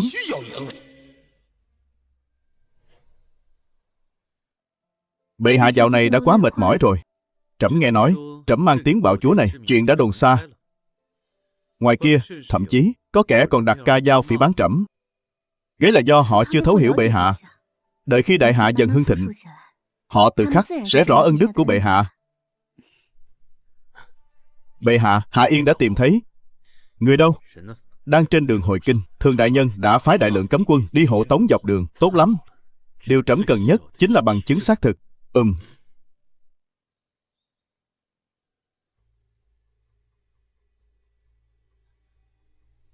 Chẳng cần vòng vo nữa. Vì sao nàng lại trốn chạy? Bệ hạ, thiếp chỉ là phận nữ nhi yếu đuối. Lâm Trường Thư mưu phản, thiếp sợ bị liên lụy nên mới phải lánh đi. Thật vậy sao? Nhưng trước khi Lâm Trường Thư mưu phản, Nàng đã sớm biệt tâm biệt tích rồi. Nàng đã từng nghe qua hình phạt phanh chưa? Chính là nhốt người sống vào trong vạc, châm lửa đốt dưới đáy, rồi đậy kính nắp lại, khiến kẻ đó phải sống dở chết dở trong vạc dầu. Bệ hạ, thần xin tâu, thần sẽ khai hết. Trước khi Lâm Trường Thư gặp nạn, hắn đã liệu trước việc bức cung sẽ thất bại. Hắn lo sợ Dương Vị sẽ xem hắn như quân cờ bỏ đi, không màng tới. Bởi vậy, hắn đã trao cho thần một tấm bản đồ, bảo thần rời đi trước.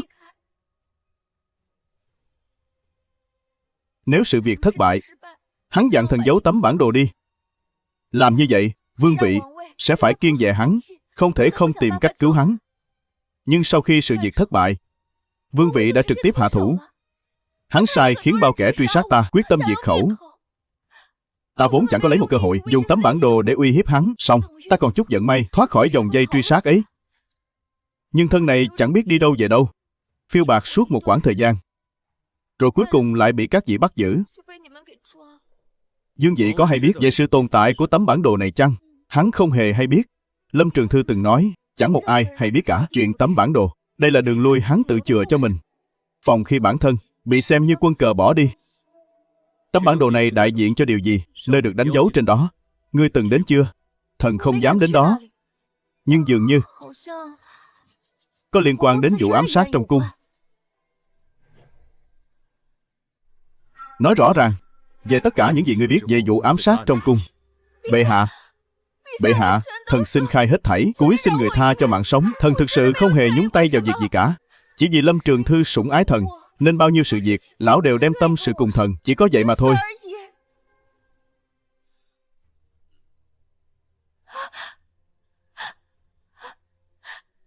Chỉ cần ngươi nói lời thực lòng, trẫm sẽ không giết ngươi, sẽ cho người đưa ngươi rời khỏi đế đô. Có một lần, thần vô tình nghe thấy Lâm Trường Thư đang đàm đạo cùng một kẻ mặc y phục đen, rằng hắn đã liệu sẵn nơi trú chân, Vương Vị sẽ tương trợ hắn. Hãy bảo chúng hành sự vào giờ sửu. Ngày hôm sau, trên phố thị đế đô liền xuất hiện một toán thích khách xông vào hoàng cung tự sát. Người áo đen kia, ngươi có biết là ai không? Hình như là Lâm Trường Thư. Hắn gọi y là lão gia, nhưng y lại bịt mặt. Lâm Trường Thư cũng chẳng hay thân phận thật của y. Lão gia,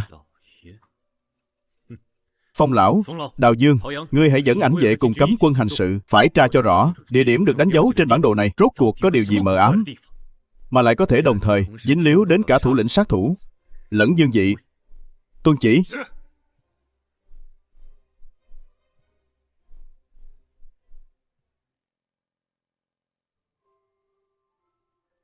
Bệ hạ, đã muộn rồi.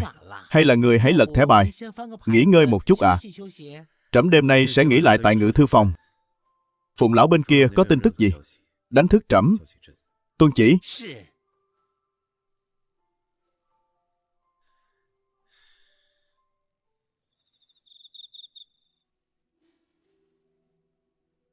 Bệ hạ. Bệ hạ. Phụng lão có mật thư gửi về.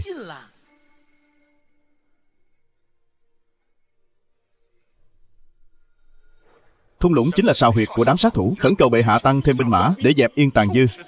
Đi, truyền Tiêu Tiễn vào cung diện kiến. Tuân chỉ.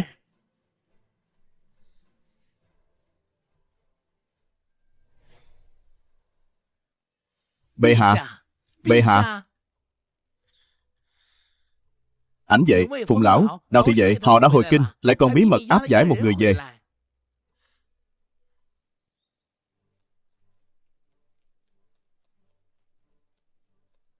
Bệ hạ, Tung Lũng kia nguyên là một trường diễn võ bí mật, có hơn 100 sát thủ trú đóng. Tất cả đều là được nuôi dưỡng từ nhỏ, đặt vào nơi đó huấn luyện thành sát thủ thích khách. Dưới thung lũng còn có một hang động bí mật, bên trong chất đầy vô số bạc nén, lương thực, binh khí, tên đạn. Bọn loạn thần tặc tử này rốt cuộc muốn làm gì? Chẳng lẽ thật sự muốn mưu quyền soán vị? Bao nhiêu binh giáp, tiền lương này đủ để vũ trang một đạo quân, đặt tại Đại Vận Hà, giao thông thuận tiện, lên bờ là có thể công đánh đế đô. Quả là một kế sách hay. Nếu không phải ngẫu nhiên có được bản đồ này, e rằng sau này trẫm sẽ phải chịu thiệt thòi lớn. Trẫm muốn xem lão gia này rốt cuộc là kẻ phương nào. Dẫn kẻ đó lên đây cho trẫm.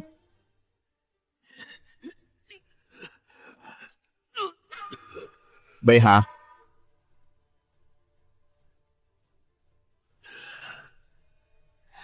Thiên tử đã tới. Người đâu? Thiến kẻ này đi, đồ tạp chủng sinh ra đã mang tướng bị thiến. Tuân lệnh.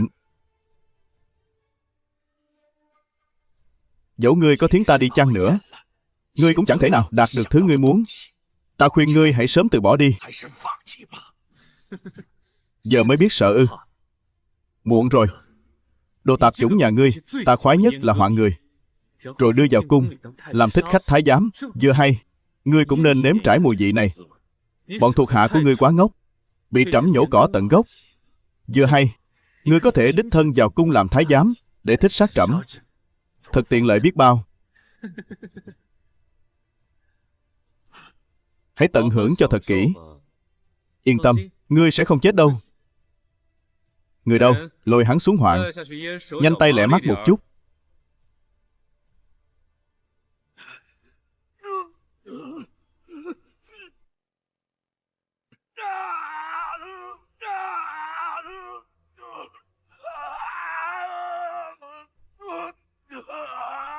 Hãy khai thật, ngươi rốt cuộc là kẻ nào? Thành khẩn khai báo đi. Nếu ngươi biết điều hợp tác, trẫm sẽ tìm thần y nối lại cho ngươi. Biết đâu thứ đó vẫn còn dùng được, nhưng thời hạn của ngươi chẳng còn lại bao nhiêu đâu.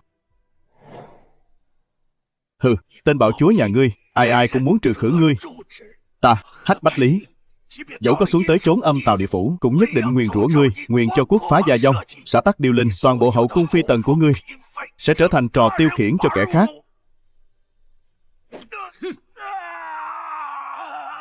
Trẫm đối đãi kẻ thù chưa từng nương tay. Đế dương không tàn nhẫn, làm sao đứng vững ngôi vị? Ngược lại, loại người như ngươi, gian thần sống trong bóng tối, toan lật đổ giang sơn của trẫm, cũng chẳng tự lượng sức mình. Hôm nay ngươi đã bại, chẳng bao lâu nữa, kẻ cầm đầu sát thủ trong cung cũng sẽ bị trẫm lôi ra. Bệ hạ, trong chốc lát, kẻ cầm đầu sát thủ như vậy khó mà giao ra được. Chi bằng giao cho lão nô, để lão nô thử xem sao. Lâu dần, hắn không chịu nổi cực hình, ắt sẽ khai ra thôi. Được, kẻ này giao cho ngươi. Dẫu có phải chết, cũng chớ để hắn chết quá dễ dàng. Dám đối đầu với trẫm, đây chính là kết cục. Tuân lệnh, lôi xuống.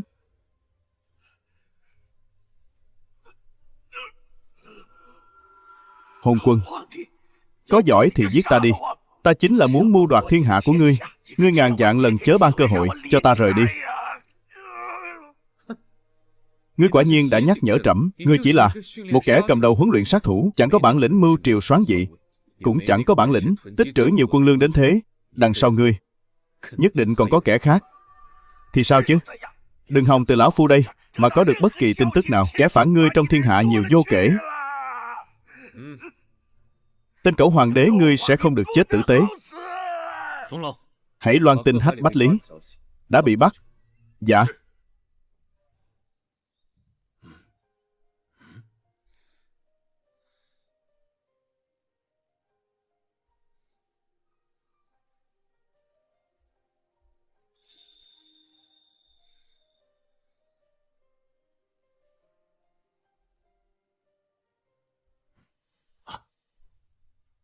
Bệ hạ, người đã đoán trúng.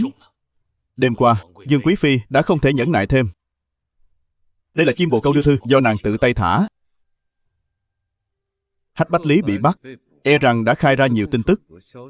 Hoàng đế muốn ra tay với cả trong cung lẫn ngoài cung. Vạn phần cẩn trọng, sớm liệu liệu tính toán. Lão nô đã tự ý phong tỏa Lăng Lung Điện, làm tốt lắm. Lần này, trẫm xem Dương Mẫn còn lời gì để nói.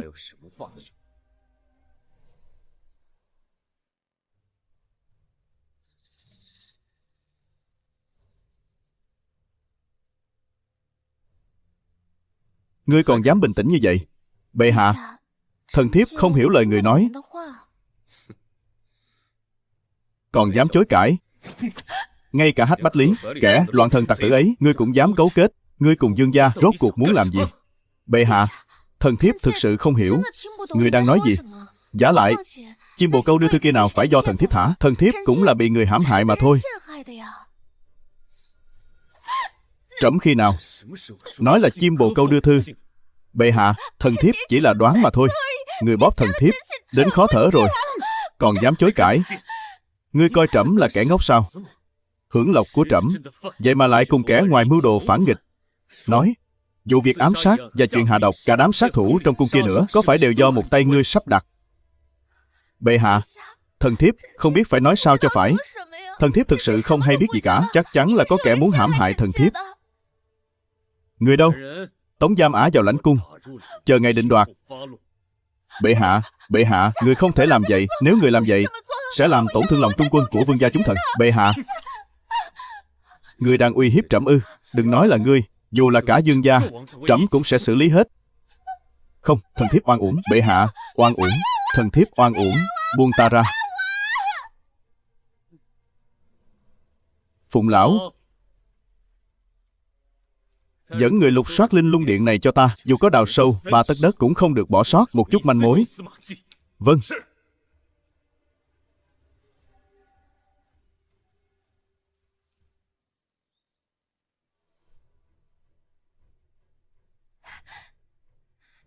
Bệ hạ, nữ nhân này thần bí khôn lường, ẩn mình nơi địa cung tẩm điện. Điều cốt yếu là dung mạo nữ nhân này giống hệt Dương Mẫn.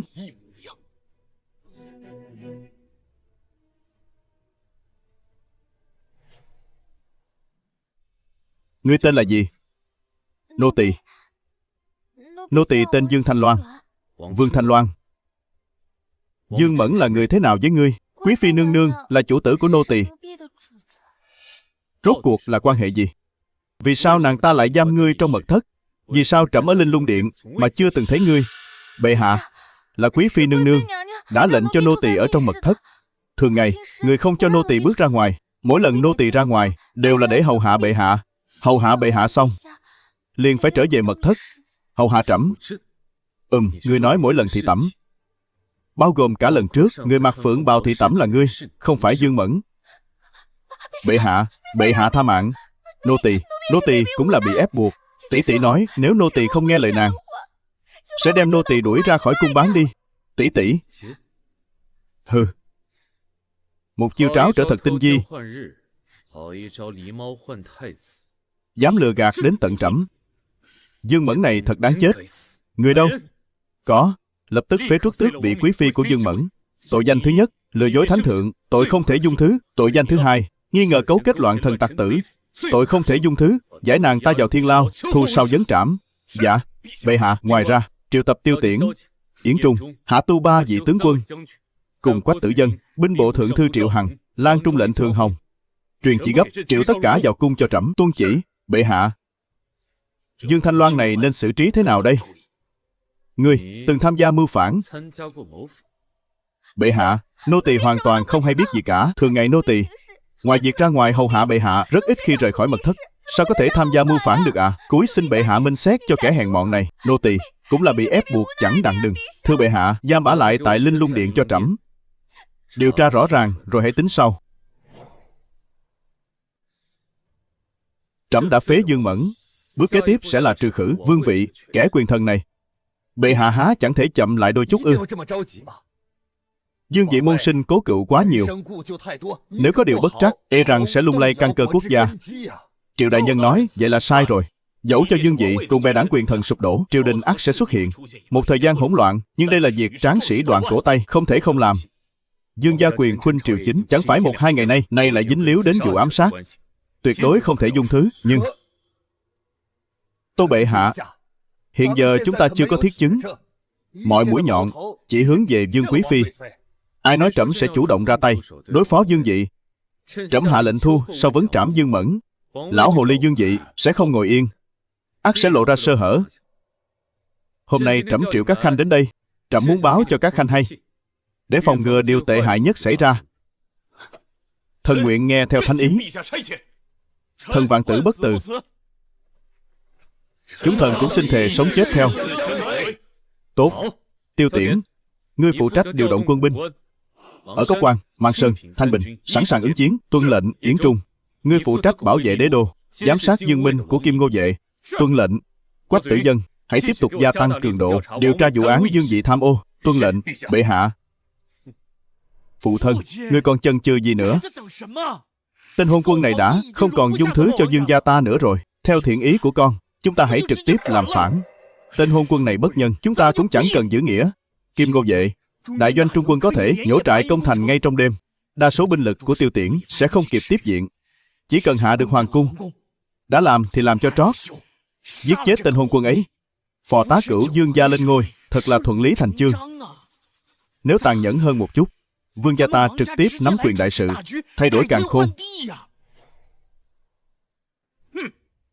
Muội muội ngươi chính vì không giữ được bình tĩnh, quá nóng vội nên mới xảy ra chuyện. Phụ thân, chẳng lẽ chúng ta cứ thế này mà ngồi chờ chết sao? Ai bảo chúng ta phải ngồi chờ chết? Triều đình này sở dĩ vững chãi như hôm nay, dương vị ta ít nhất cũng góp phân nửa công lao. Hoàng đế muốn diệt trừ Dương gia ta, đâu có dễ dàng đến thế. Chớ có manh động, hãy quản cho tốt đám kim ngô vệ của ngươi. Nếu còn để lộ sơ hở, chúng ta chỉ còn cách đi trên dây mà khởi sự thôi. Đi đi, truyền tin tức này đến Thái Nguyên Dương gia, cùng với Lũng Hữu đạo và Hà Đông đạo. Dọc đường Hoài Nam, các bậc quyền quý tại các châu phủ hãy tường thuật rõ sự tình, ắt họ sẽ biết phải làm thế nào. Tuân lệnh. Dám đụng đến Dương gia ta ư?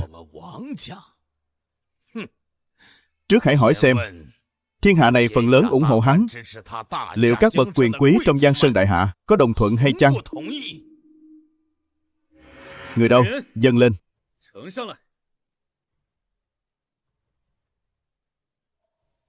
Chư vị ái khanh, đây chính là ái phi hiền thục của trẫm, Dương quý phi.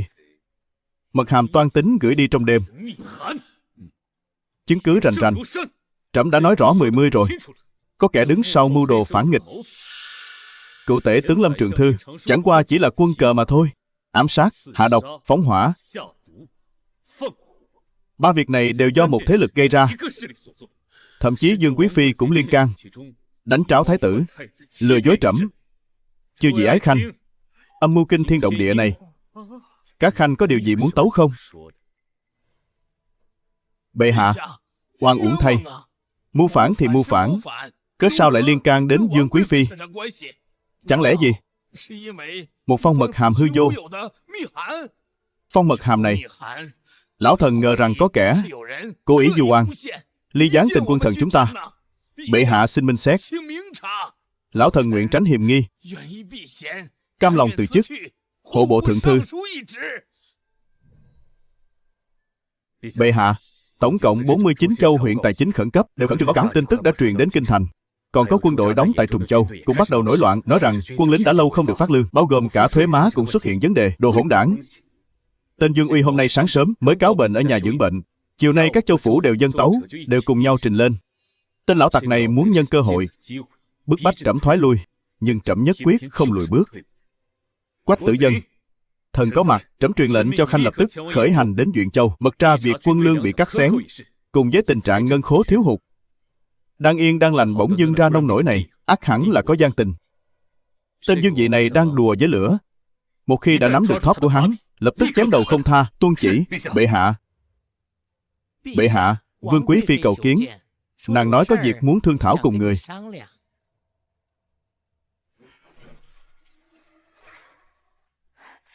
Bệ hạ, bệ hạ, người thực sự đã chẳng còn đoái hoài đến nghĩa phu thê giữa chúng ta nữa sao? Lãnh cung này thật quá đổi lạnh lẽo, lạnh đến mức thần thiếp đêm đêm chẳng thể chợp mắt.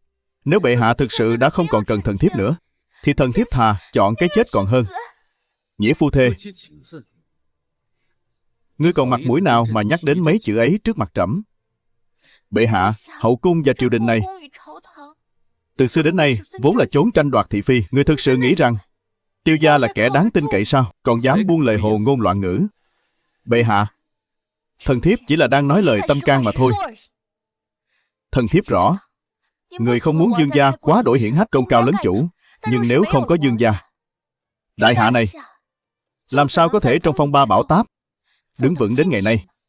Dù cho Dương gia tiêu vong, ai dám cam đoan rằng Tiêu gia mà người luôn nâng đỡ sẽ không trở thành Dương gia thứ hai? Không thể phủ nhận, ngươi quả là lanh lợi khéo ăn nói.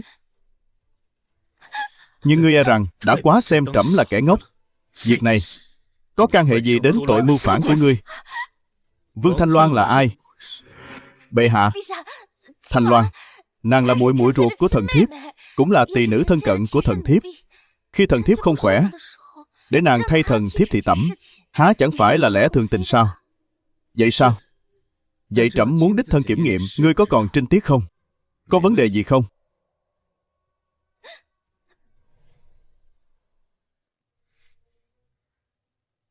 Nàng là quý phi của trẫm, nàng còn sợ điều chi? Trẫm muốn nàng thị tẩm ngay lúc này. Chẳng lẽ không được sao? Bệ hạ, nếu nàng đã trăm phương ngàn kế muốn tìm kẻ thế thân thị tẩm, thì thứ nàng coi trọng nhất chắc hẳn chính là tấm thân này rồi. Đừng mà. Bệ hạ, trẫm muốn có được nàng ngay bây giờ. Đừng chạm vào ta, đừng chạm vào ta. Quả nhiên là có ẩn tình. Năm 16 tuổi, ngươi cùng Dương Thanh Loan đã bị vương vị đưa vào cung, làm tai mắt giám sát trẫm. Bấy lâu nay, ngươi luôn để Dương Thanh Loan thay mình thị tẩm. Trẫm suy đi tính lại, chỉ có một lý do duy nhất. Đó là trước khi nhập cung, ngươi đã có người trong mộng, nên chẳng muốn trẫm chạm vào thân thể ngươi. Phải chăng? Giờ hãy khai ra tội chứng của Dương Dị, trẫm có thể ân xá cho ngươi rời cung. Bệ hạ, thần thiếp không hiểu người đang nói điều chi. Ngươi còn dám chối cãi ư? Vậy đừng trách trẫm. Thiếp nói, phụ thân thiếp có giữ sổ sách tham ô quốc khố, nhưng người giấu ở đâu, thiếp cũng chẳng hay. Sổ sách, ngươi thật sự không biết. Phụ thân đưa thiếp đến bên người. Nếu trong tay thiếp có chứng cứ hủy hoại Dương gia, há chẳng nguy hiểm sao? Bệ hạ, giờ thiếp đã nói hết rồi. Những ngày tháng này, thiếp không muốn sống nữa. Thiếp cầu xin bệ hạ, xin người hãy thả thiếp ra khỏi cung. Thả nàng ư? Nàng là quý phi của trẫm. Trẫm làm sao nỡ lòng nào buông tha nàng. Ngươi muốn làm gì? Ngươi muốn làm gì? Nàng quên rồi sao? Trẫm là bạo quân, đương nhiên phải làm những việc mà bạo quân nên làm.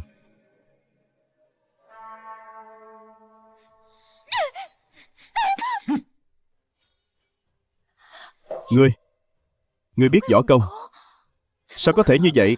Ngươi chẳng phải là tên hôn quân vô dụng đó sao? Cớ sao ngươi lại che giấu thâm sâu đến thế? Hừ, ngươi là nữ tử đầu tiên dám cự tuyệt trẫm. Trẫm sẽ trọng thưởng cho ngươi thật hậu hĩnh. Buông ta ra, buông ta ra.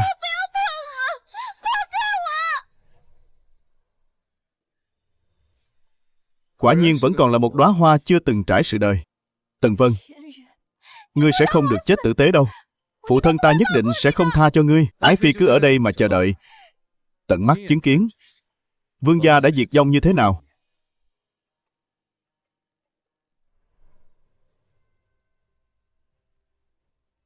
Bệ hạ, Tuyên Vũ môn ngoài thành, trăm quan quỳ rạp dưới đất, lại thêm vô số hương thân, bách tính cùng tụ họp.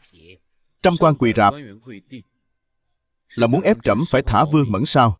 Bẩm không, họ đồng lòng dân sớ, thỉnh cầu Dương Dị, Dương đại nhân tái xuất, đứng ra chủ trì đại cục. Có gì khác biệt sao? Vương vị cáo bệnh, phải thả Dương quý phi mới chịu xuất sơn. Đây chẳng phải là biến tướng ép buộc trẫm sao? Còn đòi chủ trì đại cục. Giang sơn này là của trẫm, cần hắn chủ trì đại cục sao? Bệ hạ, thần xin phái cấm quân đuổi đám loạn thần tặc tử này đi. Kẻ nào dám gây rối, tống vào thiên lao. Khoan đã, chớ nên hành động hồ đồ. Vạn nhất làm như vậy, chẳng phải đã rơi vào bẫy của Dương Dị sao? Từ xưa, kẻ mất lòng dân ắt mất thiên hạ. Nếu xua đuổi, dân chúng ắt sẽ nổi loạn. Bệ hạ, chi bằng trực tiếp động binh đi. Người là thiên tử, chỉ cần thủ đoạn đủ nhanh, tru diệt vương gia hắn, cũng chẳng ai dám dị nghị điều gì. Yến Ái Khanh, Khanh nghĩ sao? Bệ hạ, thần không am hiểu triều chính. Thần chỉ nghe theo ý người. Người phán thế nào, thần sẽ làm theo thế ấy. Tiêu Tiễn, cách làm của ngươi quá cảm tính. Mọi dấu hiệu đều cho thấy sau lưng Vương Dị còn có kẻ khác. Dương Dị đã quyền khuynh triều chính, trên hắn còn có người sao?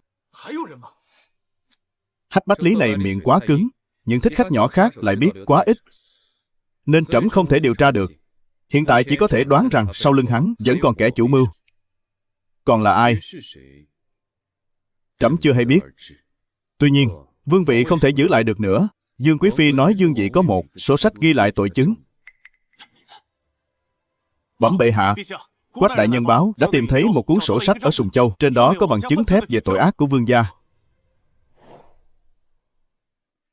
Hay lắm, Trẫm đã biết Quách tử nhân có thể xuất kỳ bất ý, khởi bẩm bệ hạ, Quách đại nhân đã bị thích khách tập kích trọng thương. May nhờ người đã mật phái cấm quân bảo hộ, nên Quách tử nhân và sổ sách hiện vẫn bình an vô sự. Cái gì? Bệ hạ, lão nô thiết nghĩ nên hành sự ngay trong đêm, dùng thủ đoạn sấm sét để bắt Dương Dị cùng đồng bọn, kẻo sinh biến cố. Không, trẫm đã ra tay, ắt phải khiến bè đảng Vương Dị vĩnh viễn không thể ngóc đầu lên được. Giả lại, ta vẫn chưa bố trí vẹn toàn. Vạn nhất Dương Dị cùng đường thì sao? Phong lão, khanh hãy truyền thánh chỉ của trẫm ngay trong đêm, chiêu dụ tất cả những tướng lĩnh có liên quan đến sổ sách về đế đô trình diện, đề phòng họ dùng binh chống đối. Để tránh Dương Dị nghi ngờ, hãy chiêu dụ một số quan lại châu phủ không liên quan cũng về đế đô để đánh lạc hướng. Vương vị và những kẻ khác đã phái người ám sát Quách đại nhân. Điều đó cho thấy Quách đại nhân đã điều tra ra điểm yếu của bọn chúng. Trẫm chỉ cần kéo dài thời gian, đợi khi Quách đại nhân mang theo chứng cứ trở về là được. Dạ, bệ hạ. Đào Dương, ngươi đích thân dẫn người ra khỏi thành đón Quách đại nhân, phải bảo đảm Quách đại nhân và chứng cứ đều được trẫm thuận lợi mang về. Dạ. Đồ hỗn xược nhà ngươi, lão phu đã nói với ngươi điều gì rồi? Đã dặn ngươi đừng cùng Cửu Dương gia qua lại quá sâu. Ngươi lại dám tự ý mưu đồ cùng hắn. Phụ thân, ngươi quá mức rụt rè, sợ trước sợ sau, chẳng dám làm nên việc lớn. Cứ tiếp tục thế này, hoàng đế thế lực ngày một lớn mạnh, phen này chúng ta ắt sẽ chẳng còn đường sống. Nếu ta liên thủ cùng Cửu Dương gia, hoàng đế chưa chắc đã là đối thủ. Đợi đến khi thời cơ chín mùi, người của Cửu Dương gia sẽ dẫn quân đánh úp Thanh Long vệ, con sẽ thống lĩnh Kim Ngô vệ tiến thẳng vào hoàng cung. Khi ấy, đại quân tại Ba Vùng Mang Sơn sẽ không sao kịp trở tay cứu viện.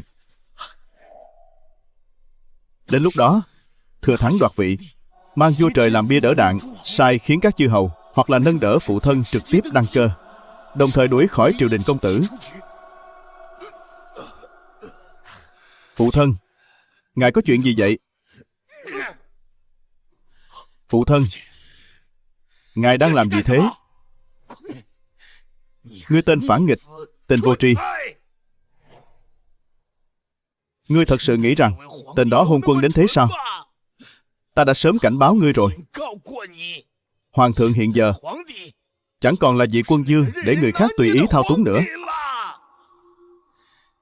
Nghịch tử, ngươi hãy nghe lão phu đây. Ván cờ ở kinh đô này từ trước đến nay chưa từng là cuộc đấu song phương, mà là cuộc đấu của ba bên. Chúng ta và Dương gia là mối quan hệ hợp tác, nhưng cũng có thể trở thành địch thủ bất cứ lúc nào. Điều hắn muốn là thiên hạ, còn điều chúng ta muốn là quyền lực.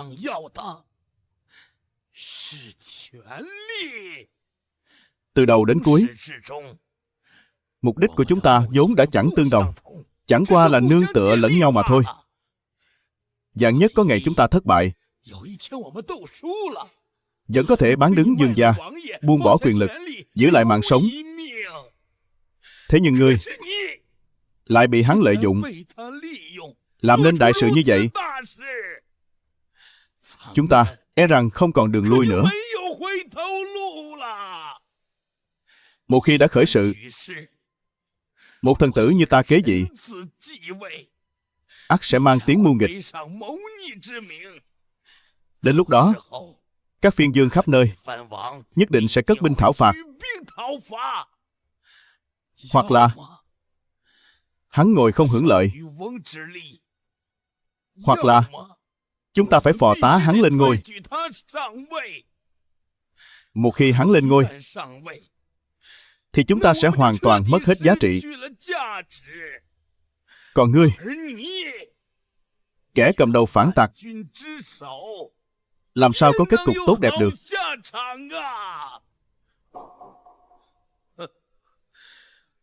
Thời không anh hùng, tiểu nhân thành danh. Luận về quyền mưu, ngươi còn kém Dương gia xa lắm.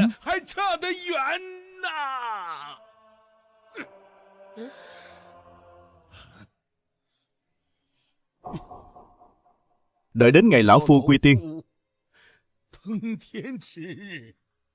nhà họ Dương chúng ta ắt hẳn sẽ là cảnh trời long đất lở, vạn kiếp bất phục rồi. Lão gia, chẳng hay rồi. Lão gia, chẳng hay rồi. Quách tử dân đã tra ra sổ sách của chúng ta. Hắn đang trên đường hồi kinh. Cái gì? Chúng ta đã phái người chặn giết, nhưng đã thất bại rồi. Không thể nào. Sổ sách vốn được cất giấu vô cùng kín kẽ, sao Quách tử dân có thể tìm ra được? Còn có thể là vì ai nữa? Chính là Cửu Dương gia. Cửu Dương gia. Phụ thân là muốn nói Cửu Dương gia cố ý tiết lộ ư?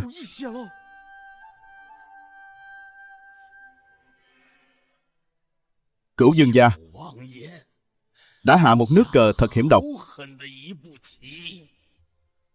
Đây là muốn bức chúng ta phải cùng hắn mưu phản sao? Chẳng trách hoàng thượng triệu tập các đại thần châu phủ về kinh. Phụ thân, giờ phải làm sao đây? Người mau nghĩ cách đi. Sổ sách này một khi hoàng thượng có được, chúng ta sẽ không còn đường sống. Chậm trễ thêm nữa, cấm quân sẽ ập đến phủ ta. Câm miệng. Hoàng đế triệu quan viên các phủ về kinh phục mệnh. E rằng chính là muốn trừ khử kẻ làm loạn. Chừng nào họ chưa đặt chân tới kinh thành, thì chừng đó hoàng đế sẽ không dám động thủ với chúng ta. Ta vẫn còn thời gian. Phụ thân, chúng ta hãy khởi sự đi. Không thể chần chừ thêm nữa. Nhân lúc hoàng đế còn đang bày binh bố trận, ta nên ra tay trước, mới mong xoay chuyển được đại cục. Tiêu Tiễn cũng chẳng thể về kinh sớm đến thế đâu. Chỉ còn Thanh Long vệ cùng cấm quân tại đó. Kim Ngô vệ của ta đủ sức giải quyết ổn thỏa. Rốt cuộc vẫn phải đi con đường này sao? Lâm Phúc, lão gia, người có điều chi căn dặn, hãy giúp lão phu. Mời Cửu Dương gia tới gặp mặt. Tuân lệnh. Tường Nhi. Tường Nhi, trẫm mang tới cho nàng một món quà. Chiếc lắc chân này, nàng có ưng ý chăng? Thật đẹp ạ. Bệ hạ, thần thiếp vẫn nên tự mình làm. Không sao.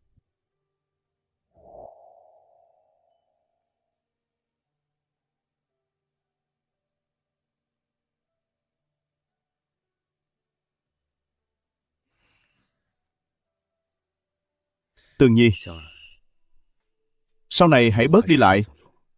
Kẻo đôi ngọc túc khéo léo tuyệt trần này lại bị tổn hại, trẫm sẽ đau lòng lắm. Được.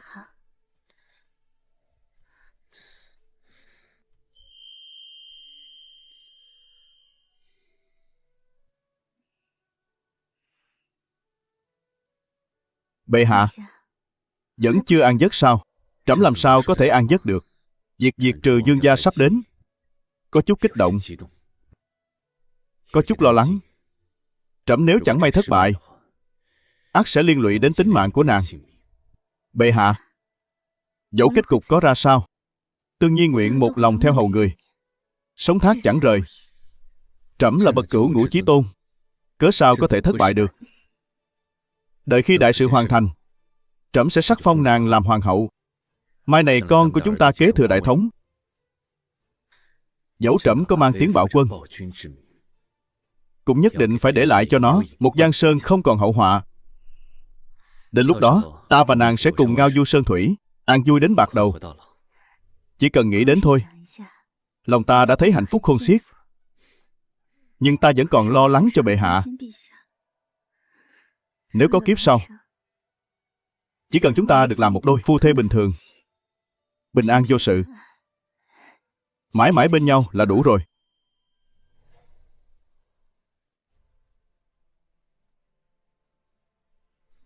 Phong lão, phủ đệ của Dương Dị có động tĩnh gì không? Ám vệ canh gác bên ngoài, chưa truyền về bất kỳ tin tức nào. Lão thất phu này quả nhiên nhẫn nại. Bệ hạ, xin hãy cẩn trọng. Trong thời buổi nhiễu nhương này, lão thần xin được hộ giá người tới bồi đô. Hồ đồ, bóng ma còn chẳng thấy lấy một kẻ, mà bậc thiên tử đã phải tháo chạy. Nếu chuyện này truyền ra ngoài, chẳng phải để thiên hạ cười chê hay sao? Nếu Dương Dị dám động thủ, trẫm sẽ khiến hắn tan xương nát thịt.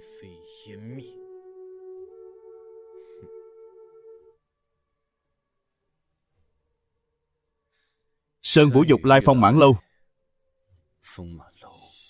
Đêm nay ắt hẳn sẽ có đại sự xảy ra. Đào Dương, thần có mặt, đem trọng binh vào hậu cung, bảo hộ thuộc phi nương nương cùng như Ngọc Tiệp Dư cho trẫm thật chu đáo. Nếu họ có mệnh hệ gì, trẫm sẽ hỏi tội ngươi. Bệ hạ, vậy còn người? Bên trẫm còn có Phụng lão, cứ làm theo lời trẫm. Vâng, hạ thần xin tuân mệnh. Phụng lão, hãy mật báo cho Thanh Long vệ cùng các nơi trong bộ sơn, bảo họ chuẩn bị sẵn sàng. Trẫm ban cho họ quyền sinh sát. Nếu có kẻ nào làm phản, bất kể thân phận, tru di cửu tộc.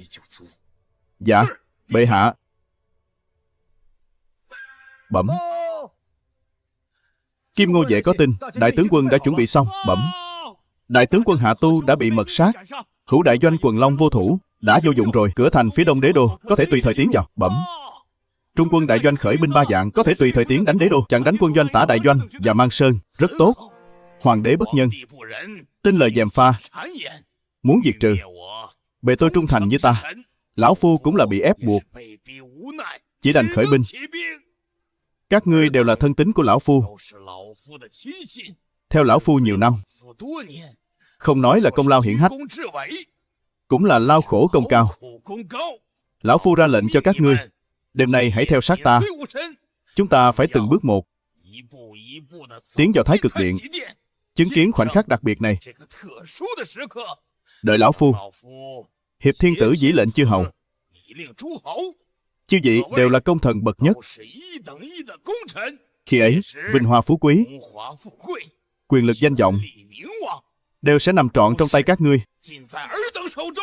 Chúng ta xin thề chết trung thành với lão gia, lật đổ bạo quân.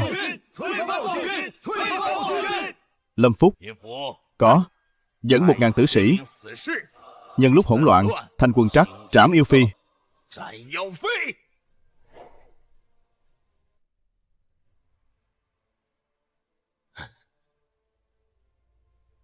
Bệ hạ, thám tử truyền tin về Kim Ngô vệ có động thái lạ. Tướng sĩ tại Trung quân đại doanh bỗng nhiên tụ tập, các tướng lĩnh từ cấp phó tướng trở lên đều đang mật nghị. Ngoài ra, Hạ Tu tướng quân của Hữu đại doanh đã bị sát hại. Cái gì? Đây là đòn trả thù việc Hạ Tu quy thuận trẫm, cũng là muốn chặt đứt một cánh tay của trẫm. Phụng lão, hãy phái thêm sứ giả đến Cốc Quan và Thanh Bình, truyền lệnh cho thủ quân 2 nơi lập tức về kinh hộ giá. Ngoài ra, hãy truyền lệnh cho Khấu Thiên Hùng án binh bất động, đề phòng hậu chiêu. Tuân lệnh bệ hạ. Thường Ái Khanh, hãy xuất cấm quân đi. An nguy của hoàng cung, trẫm giao phó cho Khanh. Bệ hạ xin cứ an tâm. Mạc tướng nguyện dốc hết sức mình, thề chết bảo vệ hoàng cung. Triệu Hằng, có thần, lập tức điều 5000 thiết giáp đã vào trước, mai phục quanh Thái Cực Điện. Trẫm muốn ở đó, đợi lão thất phu vương vị đó. Dạ, bệ hạ. Tiêu Tiễn, Yến Trung, triệu tập binh mã, theo trẫm bình loạn. Dạ. Trẫm muốn xem là hắn đạp trẫm khỏi Long ỷ, hay là hắn bị áp giải lên điện.